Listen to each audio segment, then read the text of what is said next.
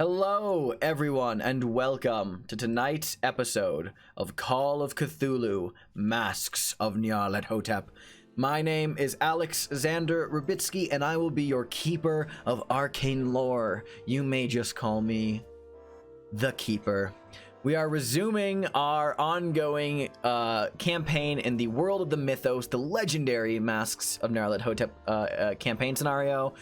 This will be our final episode of 2020 as we say goodbye to this foul year. We're going to be taking a brief hiatus for the holidays, and we'll be back come January 8th with the continuing adventures of the 1920s Disaster Gang. That's our name. Indeed.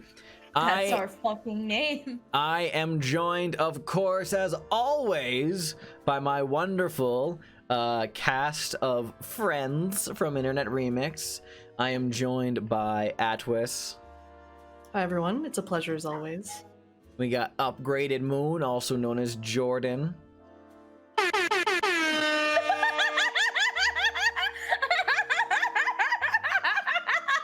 Reality of man. No, I'm not gonna justify it with a laugh. No, you don't get that.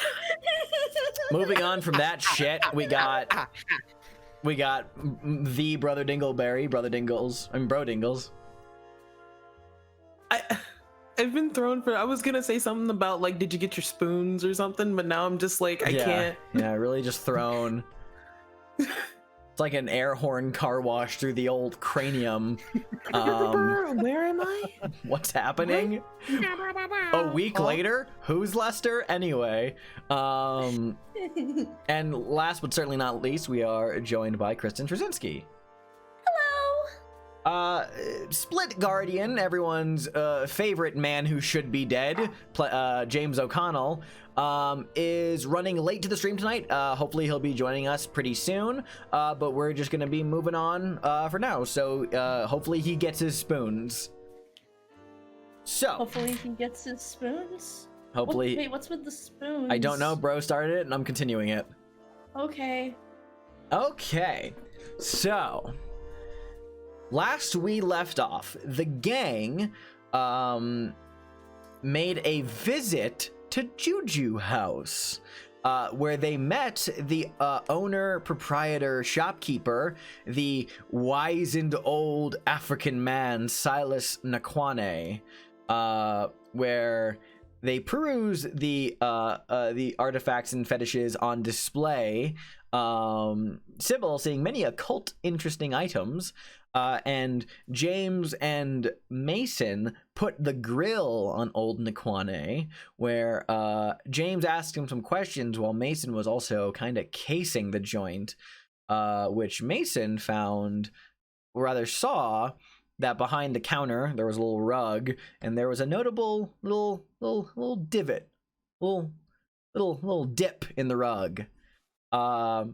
And while James was speaking to Nakwane and mentioned by name the Cult of the Bloody Tongue, Mason, through a rather fucking high, psychology check matched with a high spot hidden check earlier, could tell that Nakwane was putting on a front of innocence and politeness while he was now carefully committing details of everyone in his shop to memory from that conversation.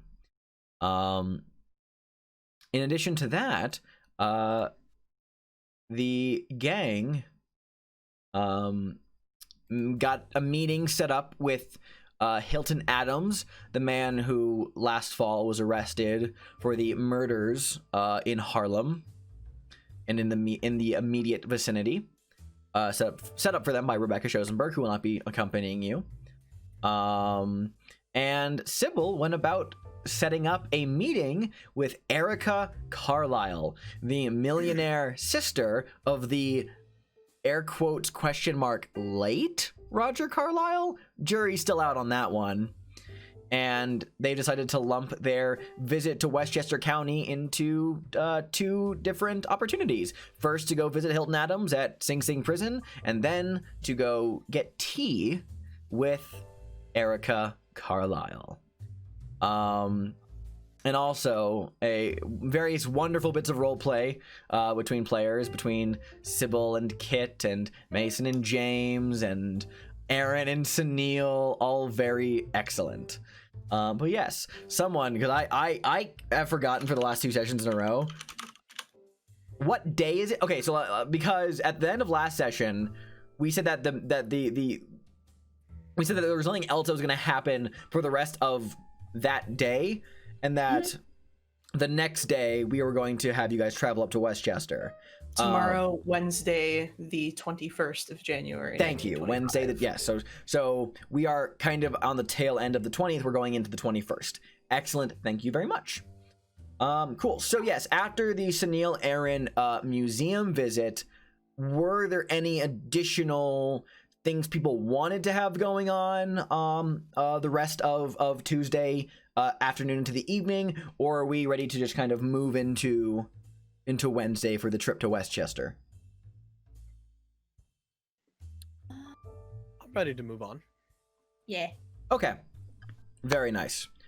Well, with the rest of the day passing you guys by, Sunil, you return from the museum, a few hours later, having had a very nice time with Aaron.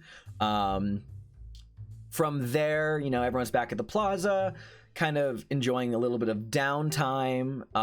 And then, night comes, and the next day, early that morning, you guys get out get the vehicles that Sybil has procured for you, since she is graciously bankrolling your New York expenditures at the moment, with her fucking stupid high credit rating.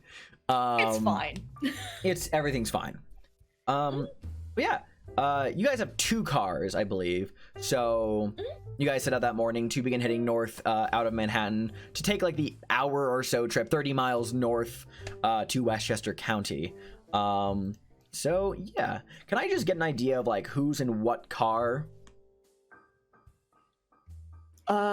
Kit's actually probably riding with James and Sybil because he wanted to float something by Sybil quickly before we got to Sing Sing.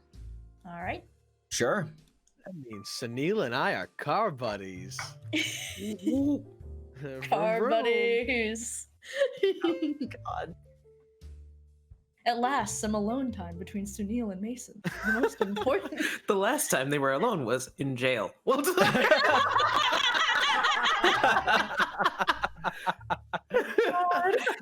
yeah. Fucking incredible.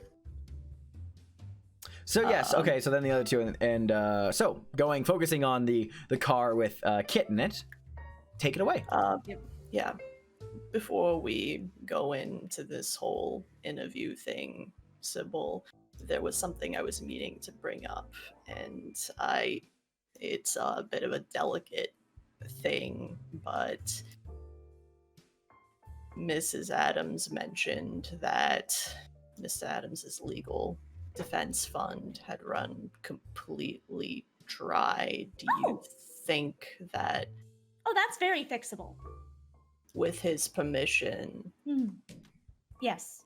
Okay. Yeah, we can definitely, I don't see why we, I can certainly pull some strings. I just have to ask, of course. Yeah, we can do that. That's a good idea. Might buy him and us some more time, and as long as he is amenable to the idea. Mhm. Yeah, that should be fine. That way we don't come off as, complete, total strangers, at least. Anyway. Right, we'll be strangers who are offering him money, which is totally different and fine.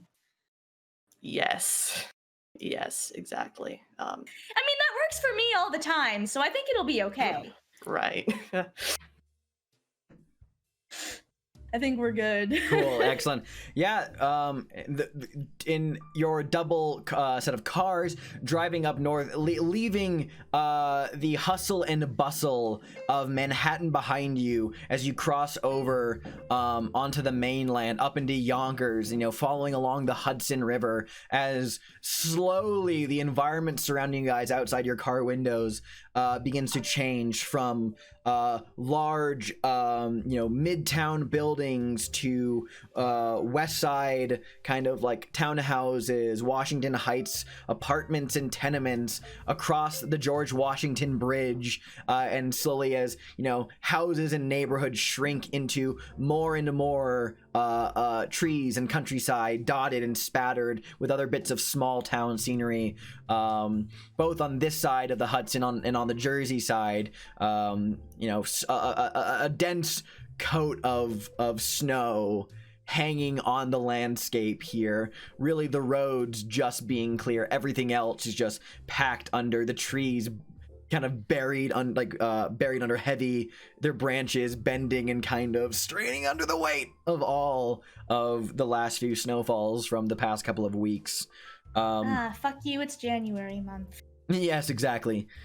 Eventually, you guys, this drive, you guys head up into Westchester County, specifically into the town of Austining, which, in addition to like the various manors and like little country homes that you can occasionally see peeking out through the countryside, there's the small town itself. But as it looms ever closer, you can see the high fenced off barbed wire stocky buildings that form Sing Sing prison that sits along the Hudson River. Kit, you specifically, there's this bit of seeing this barbed wire wrapped around the outer fence gives you unpleasant flashbacks to France. But everybody's cars pull up up to Sing Sing. Now you guys you park your cars. The main entrance is there. There are guards stationed all around the facility. I'm actually gonna change the music now that we're arrived at Sing Sing. Are you implying that this isn't a gloomy prison atmosphere?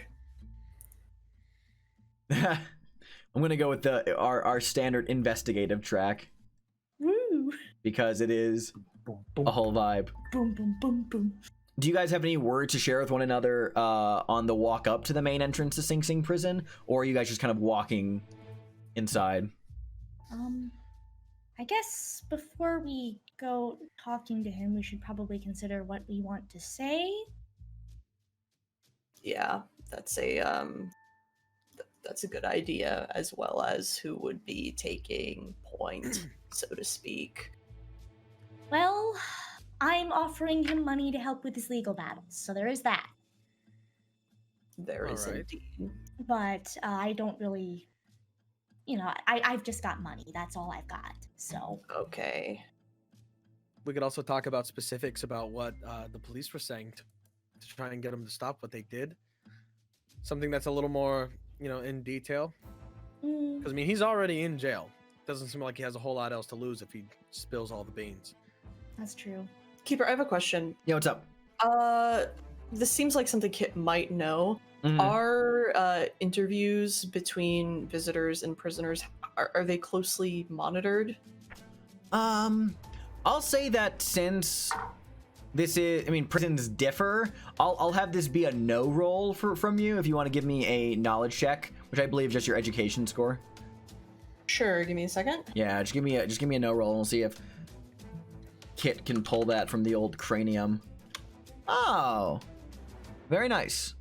Yeah, you know a fair amount about Sing Sing Prison. I mean, it is a famous facility, despite, you know, you're not necessarily native to, you know, New York State.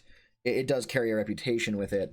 Because you rolled a hard success, I'm actually just going to drop a few fun factoids about Excellent. Sing Sing Prison while we're at it, because, hey kids, it's time for a history lesson. Ooh, boy! He's a New York native. I don't know what you're talking about. Yeah. Well, so Sing Sing's actually a pretty old prison. It was opened back in 1828, it's the city's third penitentiary. It is also where it's also the origin of where the term "going up the river" comes from, because it refers to going to Sing Sing Prison. When you're sent up the river, that's where that came from. You guys actually passed through the village of Ossining on the way here. It actually used to be called Sint Sink or Sink Sink, but once Sing Sing opened, it kind of developed this reputation for brutality and prisoner abuse. So the village renamed itself to Ossining to kind of distance itself from their relationship. But it actually underwent a lot of changes during the early 20th century, and it actually the warden at the time, Lewis F. Laws, brought a lot of new building programs in to compensate for overcrowding. Also introduced a lot of educational and recreational programs for, you know, reforming and retraining inmates rather than just like putting them in there to rot. It is notable that the death penalty is enacted here, and indeed you're actually going to death row to meet with Hilton Adams. The electric chair here is nicknamed Old Sparky. And yeah, so it depends, but you feel that with your knowledge of Sing Sing Prison, on death row, you're probably going to be supervised during the interview for a number of administrative and safety reasons, mostly because you're talking with a death row inmate. So there's a number of protocols in place for why you have to be watched during that. So yeah, hope that answers to your satisfaction. Cool. It does. Thank you very much. You're very welcome. Well, there are going to be people in the room with us, so we might want to be a little careful, but I mean, if I could take backup with you, Sybil, he might be more amenable to speaking with me.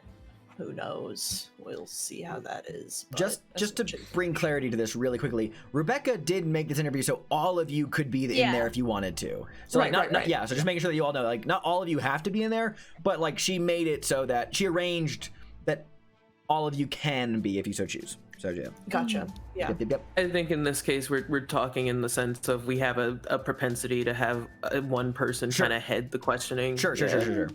Yeah, see, so here's the thing. I'm going to be talking to Erica later, so I have a lot on my mind already. Yeah, for sure. In that case, I can do my best. It's fine. I'm here with a purse. Sybil holds up a purse. Yeah. It's a lovely purse. Isn't it? Sybil. Thanks. I can really also help is. you, Kit. Thank you. I'm also here. So, He also has a purse. Do you? Sybil, do you have to call out every single thing that I do? Yes, Oh, that's a pretty absolutely. purse. Sybil pulls down his hat over his eyes. There's nothing wrong with carrying a bag. Anyway, yeah. The more information we can find out about the confiscated Items. yes, the Yeah. better. Because there's no other way we're going to be able to get a look at them. I don't know about you all, but And Kit lowers his voice even more than usual. I'm not breaking into a precinct. No. Sybil looks like she was seriously considering it, and then is like, "Oh, we're not breaking into a precinct." Cordova, no, we are not breaking into a precinct. Okay. Incredible. As the lot of you walk up to the main entrance building of the prison, you guys get set up with the guards at the front desk there. All the guards here, uniformed, all armed. Quickly, the purpose of your visit is determined. As per schedule, you're meeting with Hilton Adams. The guards come out. They begin to search all of you individually for any weapons to confiscate during the length of your visit. Sybil hands over her gun. He's got the knife and the gun now. Yep, cool. If no attempts are made to hide anything, then you are patted down, you are searched, and all of your weapons, anything that could be considered a weapon, are taken from your possession, passed through the kind of the mesh guard booth, and put away into a locker, whereupon you will be given it back at the end of your visit. From there, you are escorted down the hill, go back outside, down the hill, across railroad tracks. It seems like the actual railway runs through the prison yard of Sing Sing, and to a kind of building at the lower corner of the prison, the kind of like taciturn prison guard that's just like escorting you the way they are, completely quiet, just keeps the gun slung over his shoulder. Outside the 2-story brick entrance building to the death house, you see a gentleman seemingly waiting for you. Short and stocky man, salt and pepper hair, kind of very clipped very short on the sides, kind of and wearing a modest 3-piece suit. Immediately notices that he seems actually pretty quick on his feet, because as he notices you guys approaching, starts to move with haste to meet you halfway, whereupon he gets up and says, welcome to Sing Sing prison. Well, welcome, come on in, get out of the cold, it's hell out here. Supposed to be getting more flurries the other day. Yeah, come on in. He kind of like opens the door to the entrance to the death house and goes, welcome to the death house, or as we like to call it, Old Sparky's. Come on in. Charming. All right, so he kind of like gestures you all in. He says, all right, my name is George Brunton. I'm the sub-warden here at the death house. I will be supervising you for your meeting with Hilton Adams. That is correct. That's who you're here to see, right? Yes, sir. All right. So you have 30 minutes to speak to Adams through the bars of his cell. You may not exchange any items with the prisoner. If you do so, you will be escorted out of the building and the interview will be ended immediately. Do you understand? Mm-hmm. Yes, sir. All right. All right. Well, follow me. I'll lead you to Adams. Brunton walks you into the actual facility itself, whereupon the various cramped cells and the occasional inmates who are slinking in the shadows of their holding cells takes you to one particular cell. It's cramped, just enough room in there for a lavatory, a metal framed bed, and a small desk and chair. There's no external window in this cell. The only natural light entering this cell comes from the windows across the corridor that face into the death house's interior courtyard. You see there is a man inside the cell waiting for you, seated on the edge of his bed. This gentleman is an African-American man with strong features and a muscular build, although he appears to have lost weight while here in prison. He's currently dressed in a black and white striped denim prisoner's uniform, and his short dark hair is lightly peppered with gray, despite his youth, and his face is creased with lines. All things considered, you'd put this guy to, much like yourself, Kit, be a late 20s man, vastly aged by circumstance. And as you guys pull up, Hilton Adams says, gives you like flashes this like little wry smile your way and says, I would shake your hand, but I don't think that would go down too well. Hey, Mr. Brunton. And, you know, George Brunton just kind of like leans against like the wall behind you guys and just gives a not unfriendly, just little grunt. And then he says, I'll give you guys George Brunton says, I'll give you guys a little privacy. Takes like 3 steps back. Thank you. And Hilton Adams says, so, Millie and Miss Oceanberg said you wanted to talk to me? Correct. Well, I heard you were looking to help me. That's what Millie said. And, Yes, well, sir. with additional support from Miss Schoenberg's requesting, well, I'm happy to meet new faces, that's for sure. Well, by all means, ask away. I don't know what all I might be able to offer, but I can certainly answer any questions you might have. Thank you very much. And if we haven't, Kit will introduce everyone, just, you know, to be polite, make sure he knows our names and stuff. Then we'll, I guess, proceed. I say Kit is great at talking. I think it's also fair to say that Hilton would also know this. So like he says at some point during introduction, just going, Millie told me over the phone that there was you had a friend who died recently. Yes, sir. Yes. Yes. I'm sorry to hear about that. I'm sorry to hear that there's been another murder. Yeah. There's gonna be That's, more. Yeah. There's gonna be more. I know I'm locked up in here for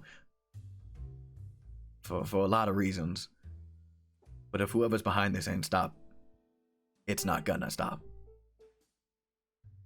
That's what we're here for, and that's why we've involved ourselves. And he for seems like better politely purpose. skeptical, but he like, you know, nods and leans a little bit back from where he's seated and just goes, well, no time like the present.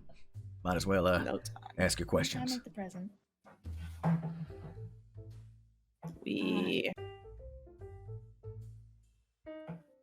Before we get into anything, since we're really coming in here asking for your help, we thought it might be good to start with offering our help for you. Now, how do you mean? I heard that you were running into issues with legal fees, and I could be of help with that if you need. You're willing to help pay some of my legal fees, is that right? All of them, if necessary. I see. Well, Also, if you That's need a a- lawyer, I have an excellent one. well, that's a mighty kind gesture of you, miss. I appreciate that, but no, I don't wish to impose upon your own funds. Just I mean, we're imposing on you, so least we can do.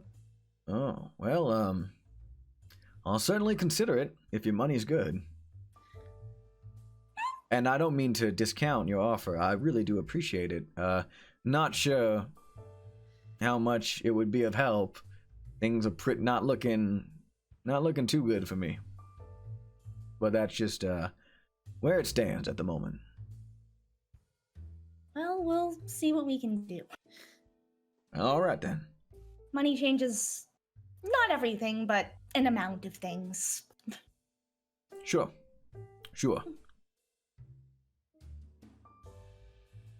Yeah. Okay, so... all right. I'm gonna be level with you. We're here because all signs are pointing to a particular place at, I believe the address was number 1 Ransom Court. Juju in House. Harlem. Yeah. Yes, sir. So you know about Juju House too? Yep. That's what our late friend was investigating as well. Yeah, that's what I dug up as well. Mostly at my own volition. I never actually got a chance to tell much of my friends who I was patrolling with at the time. But I assume we may have followed similar leads because, as you said, signs point to that place. Yes, sir. Millie gave us... Sorry. No, you go ahead. Millie gave us the rundown as to the pattern that was noticed and some of the information that you found, although she said that you were recording it in a journal that was unfortunately confiscated. Yeah, I wouldn't be surprised if that journal doesn't exist anymore, if I'm speaking frankly. Yeah, that's what... You mentioned you talked about a pattern with Millie? Yes, sir. Now, which pattern would that be? 2 people a month. That's people right. a month. Yeah. Around the same time, new moon. Yeah. On a monthly basis around the time of the new moon. Spot on. Makes perfect sense if you're going to abduct somebody. Dark of the moon and all that. Yeah, very true. Hilton kind of nods and says, well, I can't say for certain how long the disappearances have been going on for. You know? I only started noticing a little after I got back from the war back in 19. But they probably have been going on for a lot longer than that. Can't say for sure, though. That wasn't the only pattern, though. Might as well, since you're talking about patterns. Yeah, there were the disappearances every month during the Dark of the Moon, but there was also another thing going on. Really? Yeah, shortly before I was arrested, I discovered another pattern. If you were to take a look at the abductions and the murders, none of them took place within a 2-block radius of West 137th Street between Lenox and the Harlem River. Apart from the one that I was arrested at. Beyond that clear area, the abductions fanned out in about a rough circle for about a mile west of the Harlem River.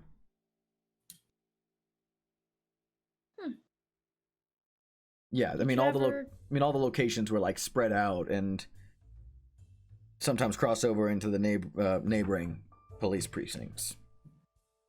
Right. Which, by the way, it is evident to you guys that from anyone who looked into the Adams murders, as they're called, this does check out. The only thing that breaks the pattern here is Jackson's murder, which happened like 100 streets south, that like so far outside of this radius that it fully breaks the pattern. But everything else checks out there.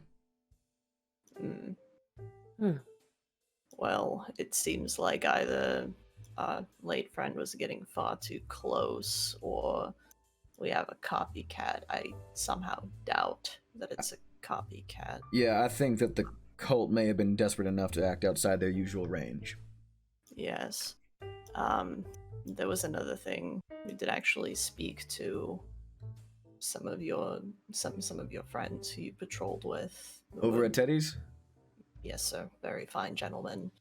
Yeah, they are. How they doing? It's hard. They're being leaned on a lot by, well, you know. And Kit will make sort of like a head nod as if to say, like, towards the back, towards where the subwarden is standing, like the police are leaning on them. Mm-hmm. Yeah. Well, glad to hear that they're all right. Yeah, they were more than gracious to speak with strangers for a little bit, and I actually recognize. Anyway, no, one of them mentioned that you got in an altercation with a suspect, was it? Something about a red strip of cloth. Millie mentioned that too. Yeah, no, there was caught and someone in the midst of attempting, I think, to abduct somebody. It fit the pattern. It was in the, That's the abductions were always in that pattern. The murders never had a schedule, but so this was during the abduction period. Yeah, I saw someone in a shabby suit trying to nab somebody in the dark, and had this weird like headpiece on, some kind of like, I don't know, bandana around their head, some kind of strap, and hanging down in front of his face was this just a strip of red flannel. So I, got into a bit of an altercation, wrestled him, person got free, and I tried to subdue the fella, but he got away. Managed to yank the cloth from his headpiece, though. Yeah, I'll admit I was using it as a bookmark. A little morbid, but hey, it was a keepsake. Might as well use it. You want it? Well, in addition to that, that's around the time as well that, that Dr. Lemming fella in the newspapers started talking about an African cult. And so with the weird headpiece and talking about that cult in the press, well, my friends found something, called the Cult of the Bloody Tongue while looking around in the New York Public Library, had ties back to Kenya. I looked into that, found out that the only emporium that had ties back to Africa here in the city, or in the area, I should say, was Juju House, run by Nkwane, who I assume you've met by this point. We've met him. Yeah. Shop's been there for years, but, I don't know, something about that place gave me the creeps. Valid. Keeper question. Yeah, what's up? We did get like a glimpse of the cultists as they were fleeing the hotel room. Did any of them have a headpiece? So like from the fourth floor in the dark, at night as they were running with their backs to you, you could just tell that they were running, wearing shabby suits and carrying long machete-like knives. You couldn't see, like, it was too dark to make out any other details than that. So, okay, gotcha. So basically, we just know that if you're a cultist, you have a shitty suit. Well, seems to be a reoccurring theme. So they can afford to manage a cult, but they can't get nice suits. What is wrong with these cultists? Helton gives like this light shrug. Not everyone has your sense of style and priorities, Miss Cordova. If you're going to commit a series of murders, you may as well. Miss Cordova. Sorry. Kit like does this little like head tilt, as in, Sybil, we are in a prison, remember?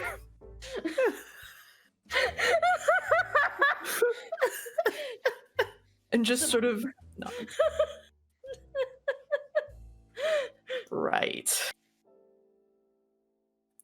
That aside, is there, well, all signs do continue, of course, to point to Juju House. Yeah. They, I didn't manage much surveillance of the place myself, honestly. Well, before the police came for me, I should say. But there was a fellow I saw that I did follow, coming out of the shop. Oh. Yeah. Not Nkwane. Not that old guy. Nah, he was this, muscular, shaved-headed African man. Late 30s, probably. Maybe early 40s, just looking pretty good.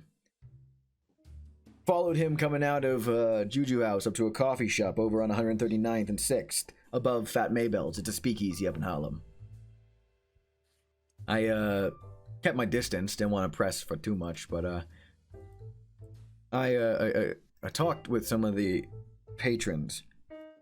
No one seemed keen to talk to him. Well, talk to me about him, I should say. Several made it a point to tell me to stay away. But I did get a name. Ooh. Makunga Madari. Makunga Madari. I would be willing to put money down that was when whoever was behind the murders decided that I was becoming a threat. I told Needham about my suspicions about Juju House, but I never got to tell the others about Madari. Madari. I wonder where Xander, this did guy we- could be now. Did we happen to see like were they wearing hats when they were running away? Or, like I'm just trying to get like an idea of like a silhouette. They At did this not wear. They did not. None of them seem to be wearing hats. They had suits and the knives. If they were wearing headpieces, like these little, like from what Hilton's describing, you couldn't make them out in the dark. What Okay, about that one guy we saw at the place before he left at Juju House? Like one of the people who's in the shop. The 2 customers. Oh, yeah. I mean, you saw them clearly, but neither of them seem to match the description Hilton's giving you. Okay. Okay. Also, Split, if you could actually get your mic a little bit louder, that'd be great. Heard. Any like shaved headed people out of the 3 that were running away from Jackson that we could kind of see, because we saw their shapes. I'm just hard to say with any certainty again because they were dark and it was like snowing and they were running away. But I'll say that of the 3, you're not sure if one of them was bald. Maybe they had like, they had more of a dome silhouette going on, so maybe they just had like cropped hair. So you could, because it was dark, you couldn't really make out the details. So you don't know if any of them 100% matches the description. Because Cultists unfortunately, you aren't allowed guys to have nice hair. Yeah. Fortunately, you guys did not get a good look at them at all. Another question. Would you mind running us through what happened the night you got taken in? Yeah. Sure. That last murder... I'm sorry. The 8th murder. Not the last one. Yeah. Sorry. It's okay. Pretty sure that one was carried out just to frame me at that point. You hear that they say that they found me standing there with my knife? Yes, sir. Yes. Yes. Yeah, it wasn't my knife that was used to murder that victim. I'll speak candidly. I have more sense than to take my bolo knife with me on patrol, knowing that the previous victims were murdered with similar long knives. I carried my army issue revolver with me. I did not have a knife when I was there. I got at the site, saw the victim. Police were on the place in minutes. I couldn't get away. I had my gun, but they insisted that I had my knife on me. I think they just took it when they were searching my home. And then later put the victim's blood on it just to secure my conviction. Police were there awful fast, huh? Way too quick. That's why I think, after finding out about this Madari fellow, they made it so that I would get caught. That Robson, captain of the 14th in Harlem, We've heard. he's a piece of work. I heard he's been leaning awfully bad on my friends, and sometimes even Millie. Yeah. That's, yeah. You don't think he's in on it with the cult, do you? Some kind of payroll thing? Oh, I wouldn't be surprised if he's on some kind of payroll. Don't know how deep that payroll goes in terms of his involvement in things. But he wouldn't be the only cop in Harlem to turn a blind eye to injustices just to make a quick buck.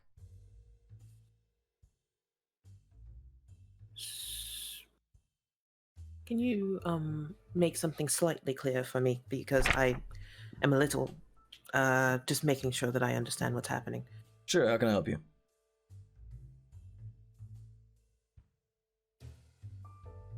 Did you find a knife on the scene? No. And then okay. No. There was no knife before the police brought it up. Victim was whatsoever. already dead by the time I got there. Knife had already been used on them. A lot of blood. No knife. No knife. Disgusting. Yeah. Yeah, it is.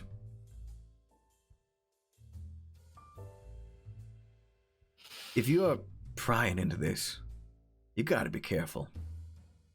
These people, they're not playing around. And I'm not just talking about the cult. Yeah. That has been made abundantly clear. But it's not exactly gonna stop us. We're not so different, then. No. I'm not afraid to die. But I want my neighborhood to be safe. I want my people in that neighborhood to be safe. My family, their friends, all of them. If I get sent to the chair, so be it. I'm not dumb enough to think that injustice is uncommon where I'm from. But I just want to make sure that this stops. I want to see everything. I want to see everyone helped. At least where they can. And we're gonna do our best to achieve that. Well, you have my Hopefully you respect. too. Again, I won't count any chickens before they hatch. Fair enough. You're a good man, Mr. Adams. Hmm. We're gonna do what we can. Well, good luck to you then. And, Is there anything that you can remember from that journal that we haven't already brought up to you? you know, you're pretty lucky, miss. Most of what I wrote down in the journal was about my findings of the disappearances and the murders. So, seeing as I'm the one who wrote it, I remember what I wrote, and I've given you basically everything I had. So, whether or not the police put the torch to that thing, shouldn't matter too much. Well, it's not quite good to know, but at least we have all the information we can get. Yeah. We have been to Juju House just to... Yeah. So you met Nikwane then? Yeah, maybe said a little too much to him. Then you better be very careful moving forward. Keep a close watch on your backs. And keep an eye out for anyone who looks strange. If you see this Madari fellow, well, don't fall into a pit trap like I did. Thank We'll be you. careful. And Thank you. please, Mr. Adams, consider Sybil's offer. It's Yes. made in good faith. I'll definitely consider. Thank you for the offer. I really do appreciate that. Welcome. Sybil leaves a card with her number on it, and just Leave it with the subwarden. subwarden. Yeah, right. Just It's like Sybil Just like to make sure. it's like Sybil like it's like Sybil it's like Sybil instinctively like goes towards the bars, and like Subwarden George Brun just goes just clears his throat and just walks over, takes it from you, and just nods and says, oh, sorry. "He's all right." And just kind of Sing. If you give a single item, Sybil. Sybil. so Hilton says, "Well, thanks for stopping by. And not to be rude, if you don't mind me, I have to make a lunch reservation. The food here is to die for." I can imagine. That's very dark and funny. Thank If all things go well, you won't have to worry about that. It's like George Brun, even under his breath, just goes, "Jesus." Kid finds this genuinely hilarious. Yeah. Oh no! The more Sybil thinks on it, the more she finds it funny. Fucking... Oh, to die for! Oh. Kid just puts like a heavy hand on Mason's bag, just sort of pats him a few times. Yeah, you got it. Shoulders be tense. Fucking... This man is looking at us right now after seeing our reaction to this joke, like, oh god, this is my only hope. It's a thing that Mason just doesn't get a joke initially. He just doesn't. Brain is smooth. Pat. George Brun Brains looks down. down at his watch and goes, "You made good time. Very good. Right. Adams, all right, you get on. I'll escort you out of back to the main building. Thank you. And remember, he says that he's escorting you guys out and guiding you back across the yard. If you happen to want to schedule another visit with Adams, just make sure you set it up properly. As long as you get in before his execution, you should be good. When is that scheduled for? If there is, it's been scheduled. Yeah, I keep as the subwarden at Death House. I kind of got a lot of the inmates in my head. But if I I'm going near Southern with him, and I need to stop. He goes, if I recall correctly, it was couldn't give you the exact date. I think it's within the month, not the end by the end of this month, but within mid-February at the latest. Probably sooner, if I can recall. Thank you. Hey, thank you. Thank you. All right, well, you folks get on now.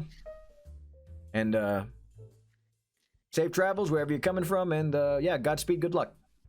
Takes you back in the main building. Everyone gets their weapons back from the front guard post as you guys are escorted out of the prison back to your cars. Always feel naked without our guns. I missed you. It's in your pistols. Sunil It's a grabbed the good gun. What? I mysteriously can't find my gun. No, I'm joking. You better be able to find your gun. That was mine. Why do I have another gun in my pocket? Oh, Mason. Where'd this bullet wound come from? Kid, did you fix this? Oh. Of course I did. Nobody else has stitching like that. Thank you very much. Anyway, and Kit like has popped the trunk of one of the cars and has grabbed like his stuff and moves it to the other car. He's probably going to be riding with Mason and Sunil or whoever else. So yeah, his rifle is absolutely in the fucking back of the car. 100%. Yeah, like the long case is there, and like his doctor's bag. He also carries like a first aid kit on him, but it's different. Anyway, right. So when was your appointment with Miss Carlisle? Question. I have to check the notes. Bada bing. And also, were we all invited to that appointment? Not that we know of. I mean, no, but I'm sure we can find a way to make this work. Am I in my rights to just assume that we'll be waiting in the car? No. You're coming in. It's fine.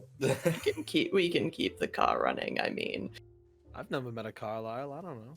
It is like very possible that you'll all end up waiting in the car.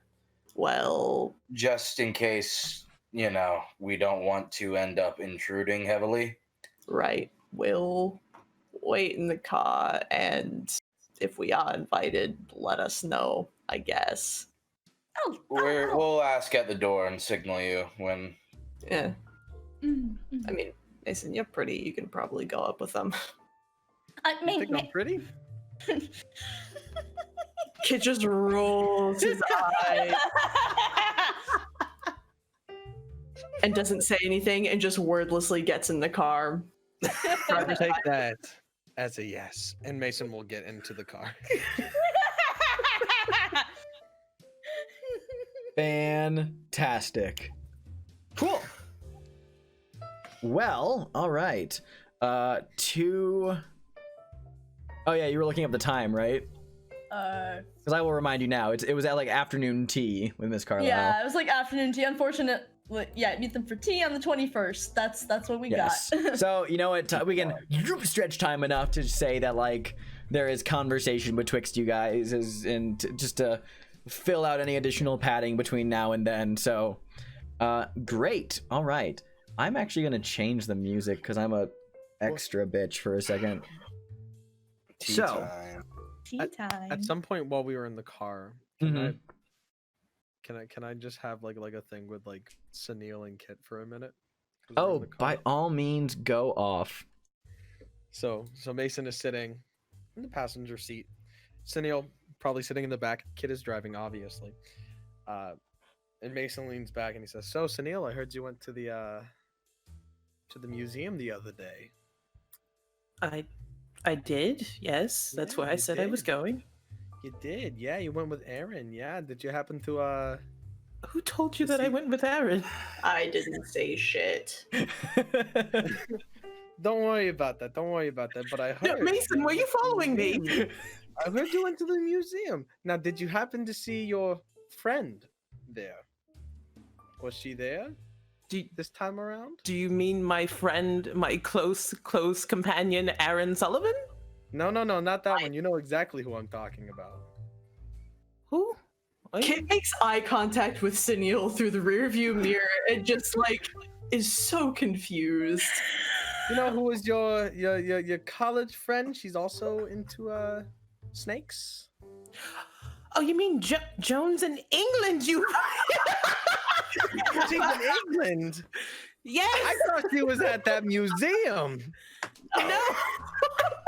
No. Yes, she works at the National History Museum in England. Oh, silly me! What a coincidence. Well, now that she's on topic, how have you two been? I love how this entire time Kit's just like, you went and saw you had a meeting with my sister. Like, Sunil specifically asked Kit if it was okay, and Kit said yes. Kit knows. Kit was the only person who was supposed to know that Okay. Aaron was. okay, Yeah. okay, Yeah. hands are up. Funny Fuck. that you brought Joan up. Yeah, the interesting person. How have you two been, Sunil, Mr. Pandey? May I ask why you are prying into my relationship with one Joan Proctor? Yes. Prying? I'm not prying. Kid, am I prying? Yes. I'm not prying. I've never pried on anything in my entire life, but how have you two been? We talked before I left, and she knows I'm in America right now. That's the extent of that. Yes. Neat, cool, neat and cool. Yeah. Why are you asking? I'm just curious. Let's drive. Yeah, you're just curious, Mason. Just curious. Why are you taking a particular interest in Mr. Pandey's social life? Kit says, and he puts like his other arm. He does a thing where he like puts it like behind the passenger seat, so it's just a little imposing, and just shoots Mason a little look. Now, why are you taking a particular interest? If I can be completely honest with you, I I'm just sure like you invading can, people's so private please. lives. So, Is that so? I just really enjoy invading people's private lives, and I know everything that's going on. Well, in that Mhm. case, I suppose, since we're all doing a little bit of invading at this point, what do you think of my sister, Mason? Mason jumps out the window. What do you think of Aaron? No.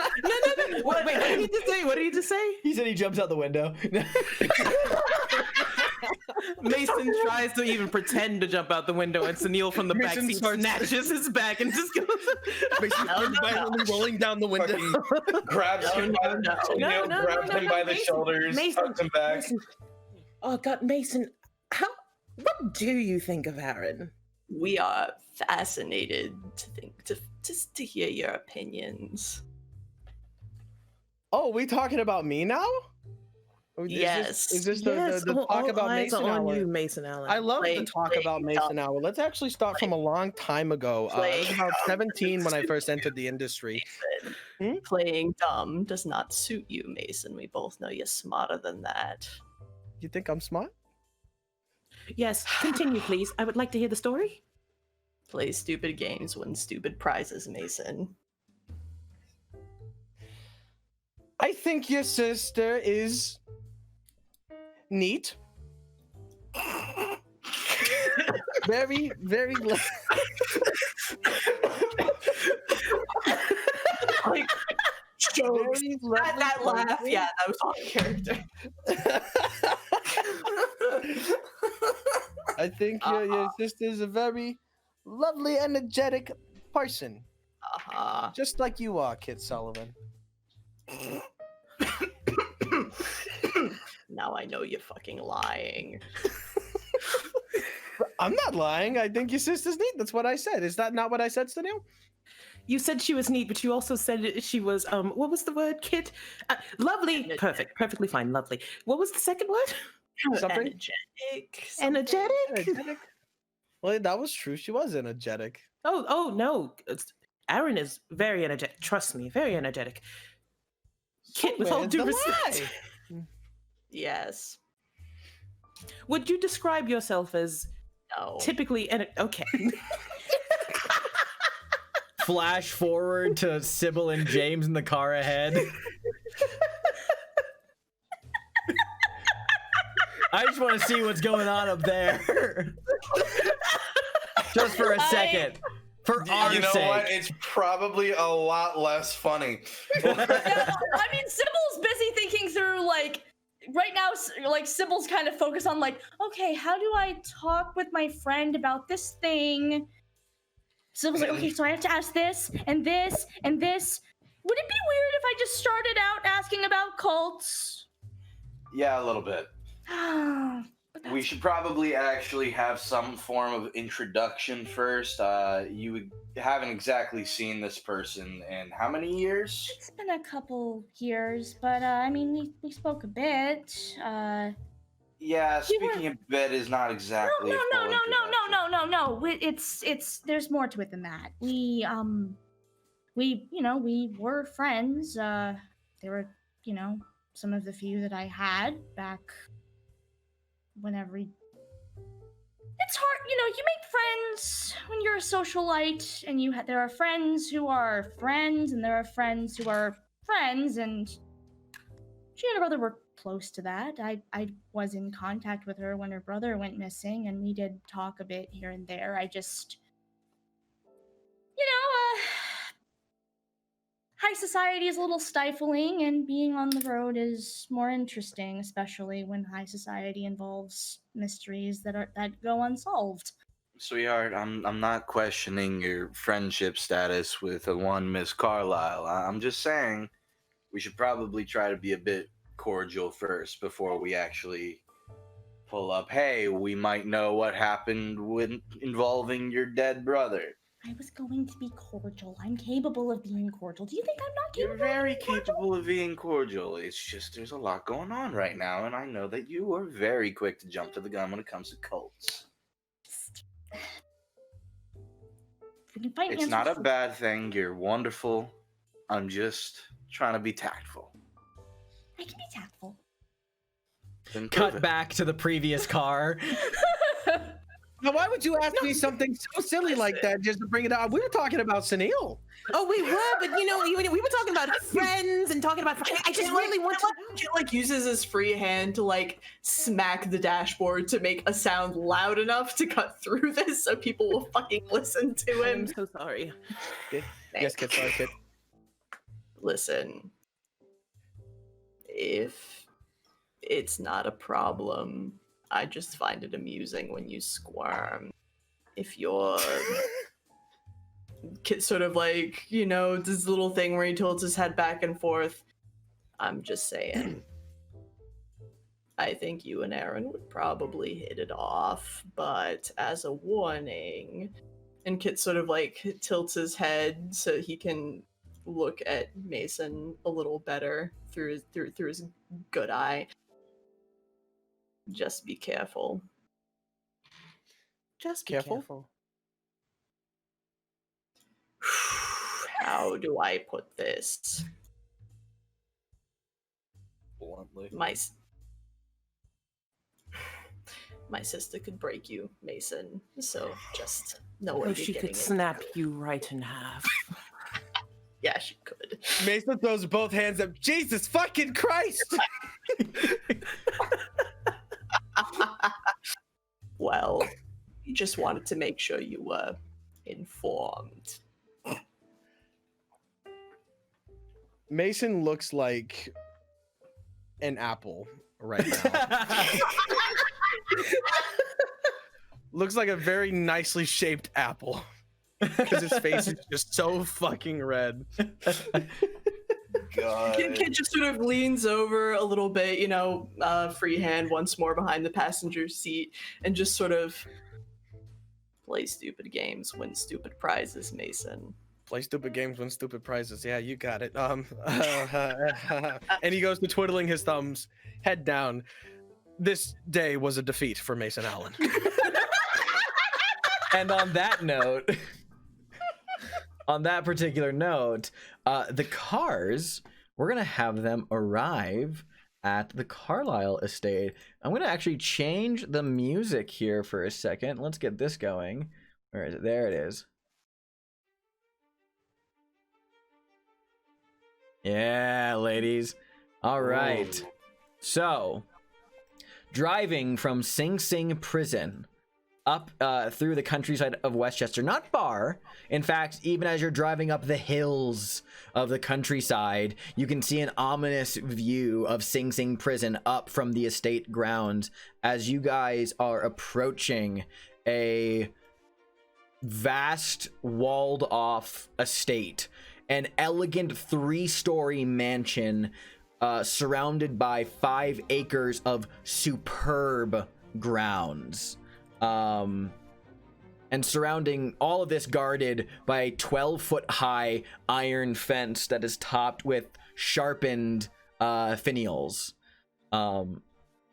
As your cars pull up the drive to the front gate, you can see that there are 2 armed gatekeepers who stand at either side of the gates. And as your little caravan kind of comes up the drive, one of them walks the length of the gate, unlatches it, and pulls it open for your cars to drive the long road up to the Carlisle estate. It's got one of those like straight long like gravel roads that ends in like a little rotunda in front of the manor.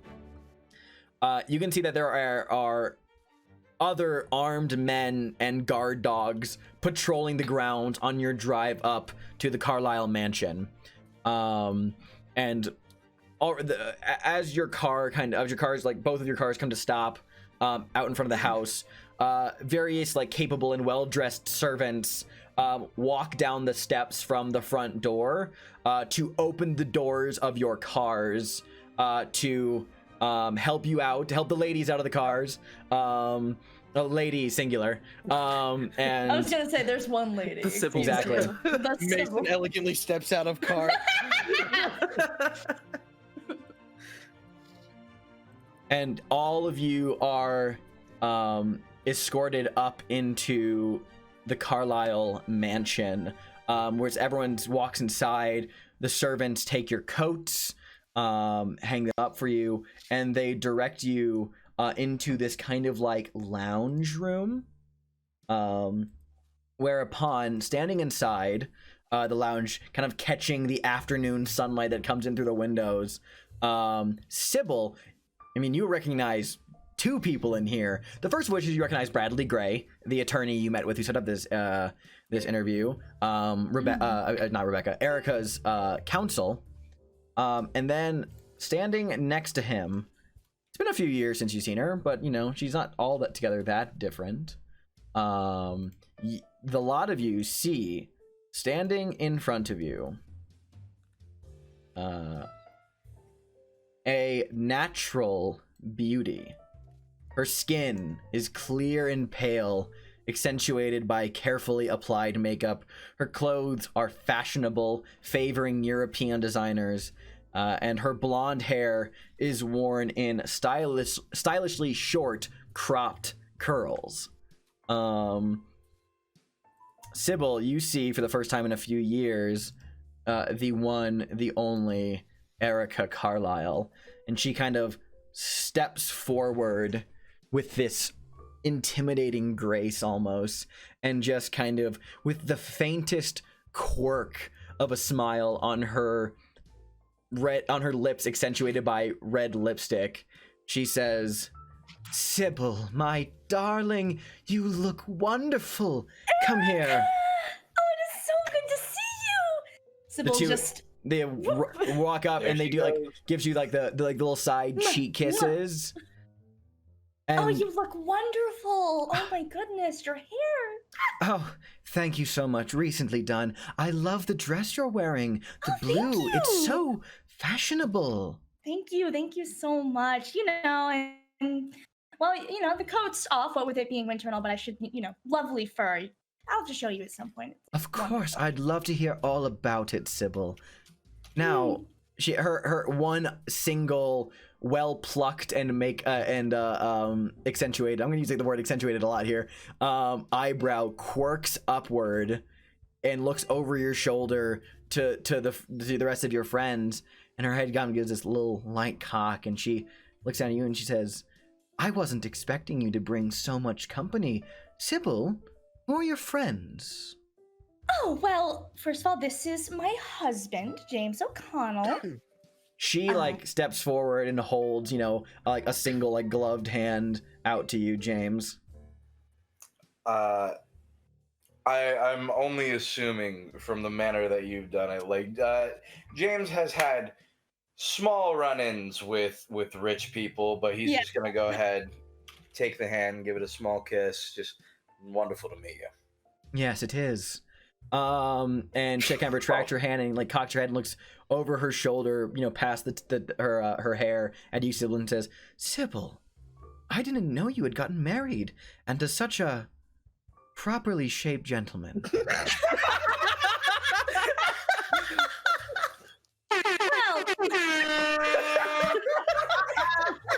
Fuck off out of here. Let me play my femme fatale without any fucking air horns. That properly shaped, you bitch. Well, I'm sitting here looking at the screen like if he says properly shaped. Okay. I know a good catch when I meet one. Quite so. I look forward to hearing all about him sometime. She gives you a scandalous conspiratorial look. So earlier, we discussed how Sybil might have had a thing for Roger Carlyle. I am realizing immediately I have to strike that from the docket. Sybil was into Erica Carlyle. Fuck Roger Carlyle. Fuck Roger. Fuck Erica's Roger. where it's at. Erica's where it's fucking Roger's like at. fucking dead or something. Yeah, fuck him. Fuck Roger. No, even when he was alive, it's like total playboy, and Sybil's just like, but Erica though. He's bored. Miss Carlyle. But yes, I will absolutely have to tell you, I have been all over the place. You would not believe. I've been traveling the world, seeing things, and as I've been traveling, I've made some dear friends of mine. This is they're basically family to me at this point. You find family where you can get it. This is Kit Sullivan. Kit, Dr. who's Kit standing Sullivan. behind everyone else, is like, oh shit, I'm being introduced first. He will, he will approach and do a gracious nod. Kit was raised among people with money and, propriety and stuff like that, so he knows how to fucking act. Ms. Carlyle, a absolute pleasure. Quite so. And he sort of tilts his head so that the scarred side of his face is a little out of view. Yeah, her So eyes he's definitely conscious. linger and trace the shape of the scar on your face. And just kind of really measures you up and down. And then she turns her attention to whoever next Sybil is introducing. This is Mason Allen. He's in the pictures. Is that Hi, right? It's nice to meet you. And what pictures would that be? Have you seen anything from Paramount? I'm afraid I don't watch the movies. Well, he's great in them. Oh, Erica, listen, you're gonna have to take a break sometime and try out the pictures. It is a time. Oh, Sybil, I'm just so terribly busy these days. I understand, but you gotta live a little bit. Well, the family businesses cannot manage themselves, I am afraid. Oh, that makes sense. I understand. I say, you don't know true exhilaration until you're working in transportation, munitions, and international trade. She says with a quirk of an eyebrow and a light sigh. That's fair. That's fair. I guess I wouldn't know anything about that. You're going to have to tell me. Lastly, it's certainly true. lastly, we have Sunil Pandey, Hello. a friend of mine from overseas. How do you do? How do you do?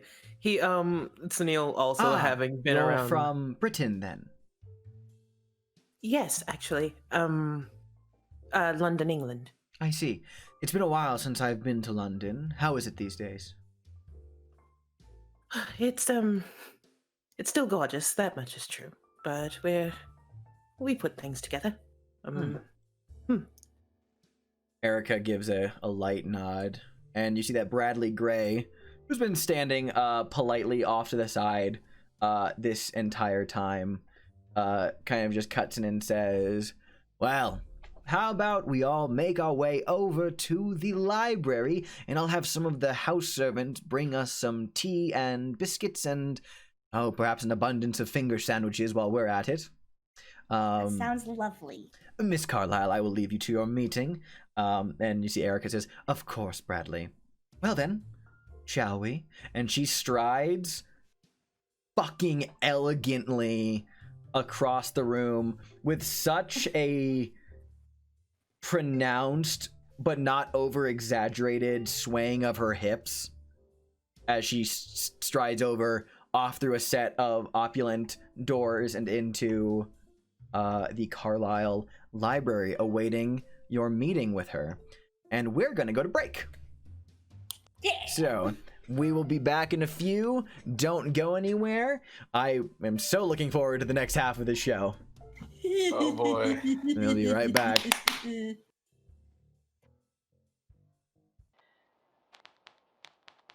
Hollow Men by T.S. Eliot. 3.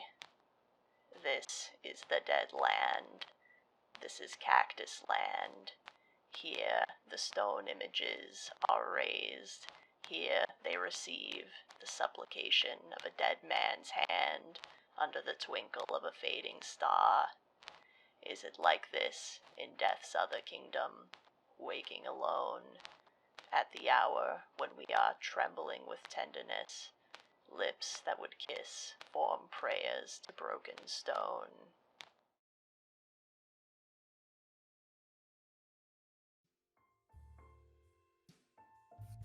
Hello and welcome back. So, we left off with the gang arriving at the Carlisle estate and have just been introduced to the heiress of the Carlisle fortune, Miss Erica Carlisle herself, and whom, for the purpose of this meeting, I'm just going to have her picture thrown up for the duration. Look at So her, gay. ye mighty and despair. Okay. 1920s pink. 1920s pink, as they so 1920s pink. aptly said on the break. Yeah, so you guys are escorted into the Carlisle Library, which, you know, inside there are easy chairs, tables, reading lamps, ashtrays, and spittoons, and a very elaborate high Victorian iron fireplace, a magnificent teak and slate billiards table, and several thousand volumes protected within unlocked glass cases that line the walls. Just kind of like looking kind of idly at the shelves, there are leather-bound complete editions of I'm gonna try to pronounce it correctly, Trollope, hard to say, Dickens, Bulwer Lytton, Ms. Radcliffe, Francis Parkman, Ralph Waldo Emerson, the earlier works of George Washington Cable, and other fosterers of culture during the previous 100 years. Sybil, actually, what catches your attention is another section contains books on the occult in the library as well. But from your glance, rather, they all seem to be unremarkable surveys of traditional magic. Mm-hmm. But Erica... Nothing like my collection. But Sorry. yes, Erica has you all seated. There's tea, little, finger sandwiches, cookies that are brought out. you know, she kind of lounges herself very what's the word I'm looking for here, extravagantly against one kind of like sitting divan. She drapes herself. She drapes herself over a sitting divan as the servants pour tea and pass out little plates and trays of snacks and food to partake in. God, she's just so rich. She might be richer than Sybil. She is patently richer than Sybil. She probably is, yes. Yeah. Yeah. Which is impressive because Sybil's very rich. like here's the thing. Sybil's rich. Erica Carlisle is a cheesecake. A cheesecake? You know, like rich and taste. I'm glad somebody I got you. If Erica Carlisle me and I were was to be a sharing the cheesecake, same would she be brain a cell. strawberry cheesecake? I hate all of you. Anyway. Strawberry cheesecake. I hate I'm just all of you. saying. So lame. I mean, specifically, if she was a cheesecake, I do think she would be a strawberry cheesecake. So, So she is a strawberry blonde. So I mean, there you go. I mean, Erica, you know, so as everyone's kind of seated, you know, Sybil, you know, Erica kind of says like, "You will have to tell me all about your travels sometime, Sybil. I'd love to hear all about where you've been." Oh my god, where haven't I been? You would not believe. Well, we got married in Germany, first of all. Oh, that must have been divine. Oh, yes. We rented out a castle, and we got married on Friday the 13th. You know, like I do. Ever the one if you're not for going to show... defy the fates, what is the point? Of course. Ever the one for showmanship, as always, Sybil. Of course. You just gotta. You simply must. In this day and age, you have to live to impress or intimidate. Indeed. James just nodding along in the conversation. I have a question. Are these here's that compliments genuine from Erica? I'll see make a He's like psychology genuine- check against Erica Carlisle. Okay. I'm also. Oh, gonna do hey, that. right on the money. Oh shit. That's a scary fucking roll, that is. your 50% chance gave you. Well, Woo, so flipped a coin and the coin landed. So, with Erica, first of all, she has all the markings of a woman who uses her looks to intimidate rather than beguile. Seems genuinely friendly with Sybil. So I mean, like, she's all like, you know, very haughtily worded, but she is, the compliments and stuff are genuine. Okay. She you know, so far her curiosity is piqued by all the people Sybil's brought along with her, but like not necessarily in a negative way. She's just mostly like seeing where this is going. She's probably used to Sybil dragging people around because that's just the sort of person that Sybil Cordova is. Like, Sybil has definitely made one-on-one visits with Erica, probably around when Robert went missing, because, you know, Roger. consoling a friend. She's Roger, Jesus fucking Christ. Robert why? was another member. And- You're not too wrong. You're just two names that sound similar got crossed. It's all good. Fuck me. Anyway, she was visiting then, but usually if Sybil Cordova is going anywhere, she has some arm candy or has obtained some arm candy or will somehow obtain arm candy over the course of the evening. This time she married it. This time she married it. Now it's permanent arm. Now it's permanent arm candy. Precisely. Crunch. So That's what a brings properly you to shaped this? man. So Erica continues. So what brings you to the city, Sybil? I thought you were over in, where was it, Baltimore? Well, I mean, I do, we do live there, but really, we travel all over the place. You know, Oh, of wherever course, of adventure course, calls. of course. Yeah, well- we were invited over to New York by a unfortunately currently late friend. Oh, you have my sincerest condolences. Terrible. I'm sorry for your loss. It's no worries. So how You long- probably So how long are you going to be in the city then? Well, as long as it takes, I suppose. Always things to do here in New York. Indeed. We have plenty to do now that said situation has occurred. Quite so. Erica is very much poised. There's no need to check on this shit. She is very much poised with like the faintest hint of a smile that does not touch her eyes, but like almost a not like a predatory hunger, but like a intelligent intensity in her gaze that she's like, oh, I'm waiting for you to bring up what you wanted to, because like she's like, you know in her eyes, like, I know you, Sybil Cordova. I know you're more than just the one to drop in and say hi to a friend. You're here because there's something you want to talk about. What? I would never. What? No.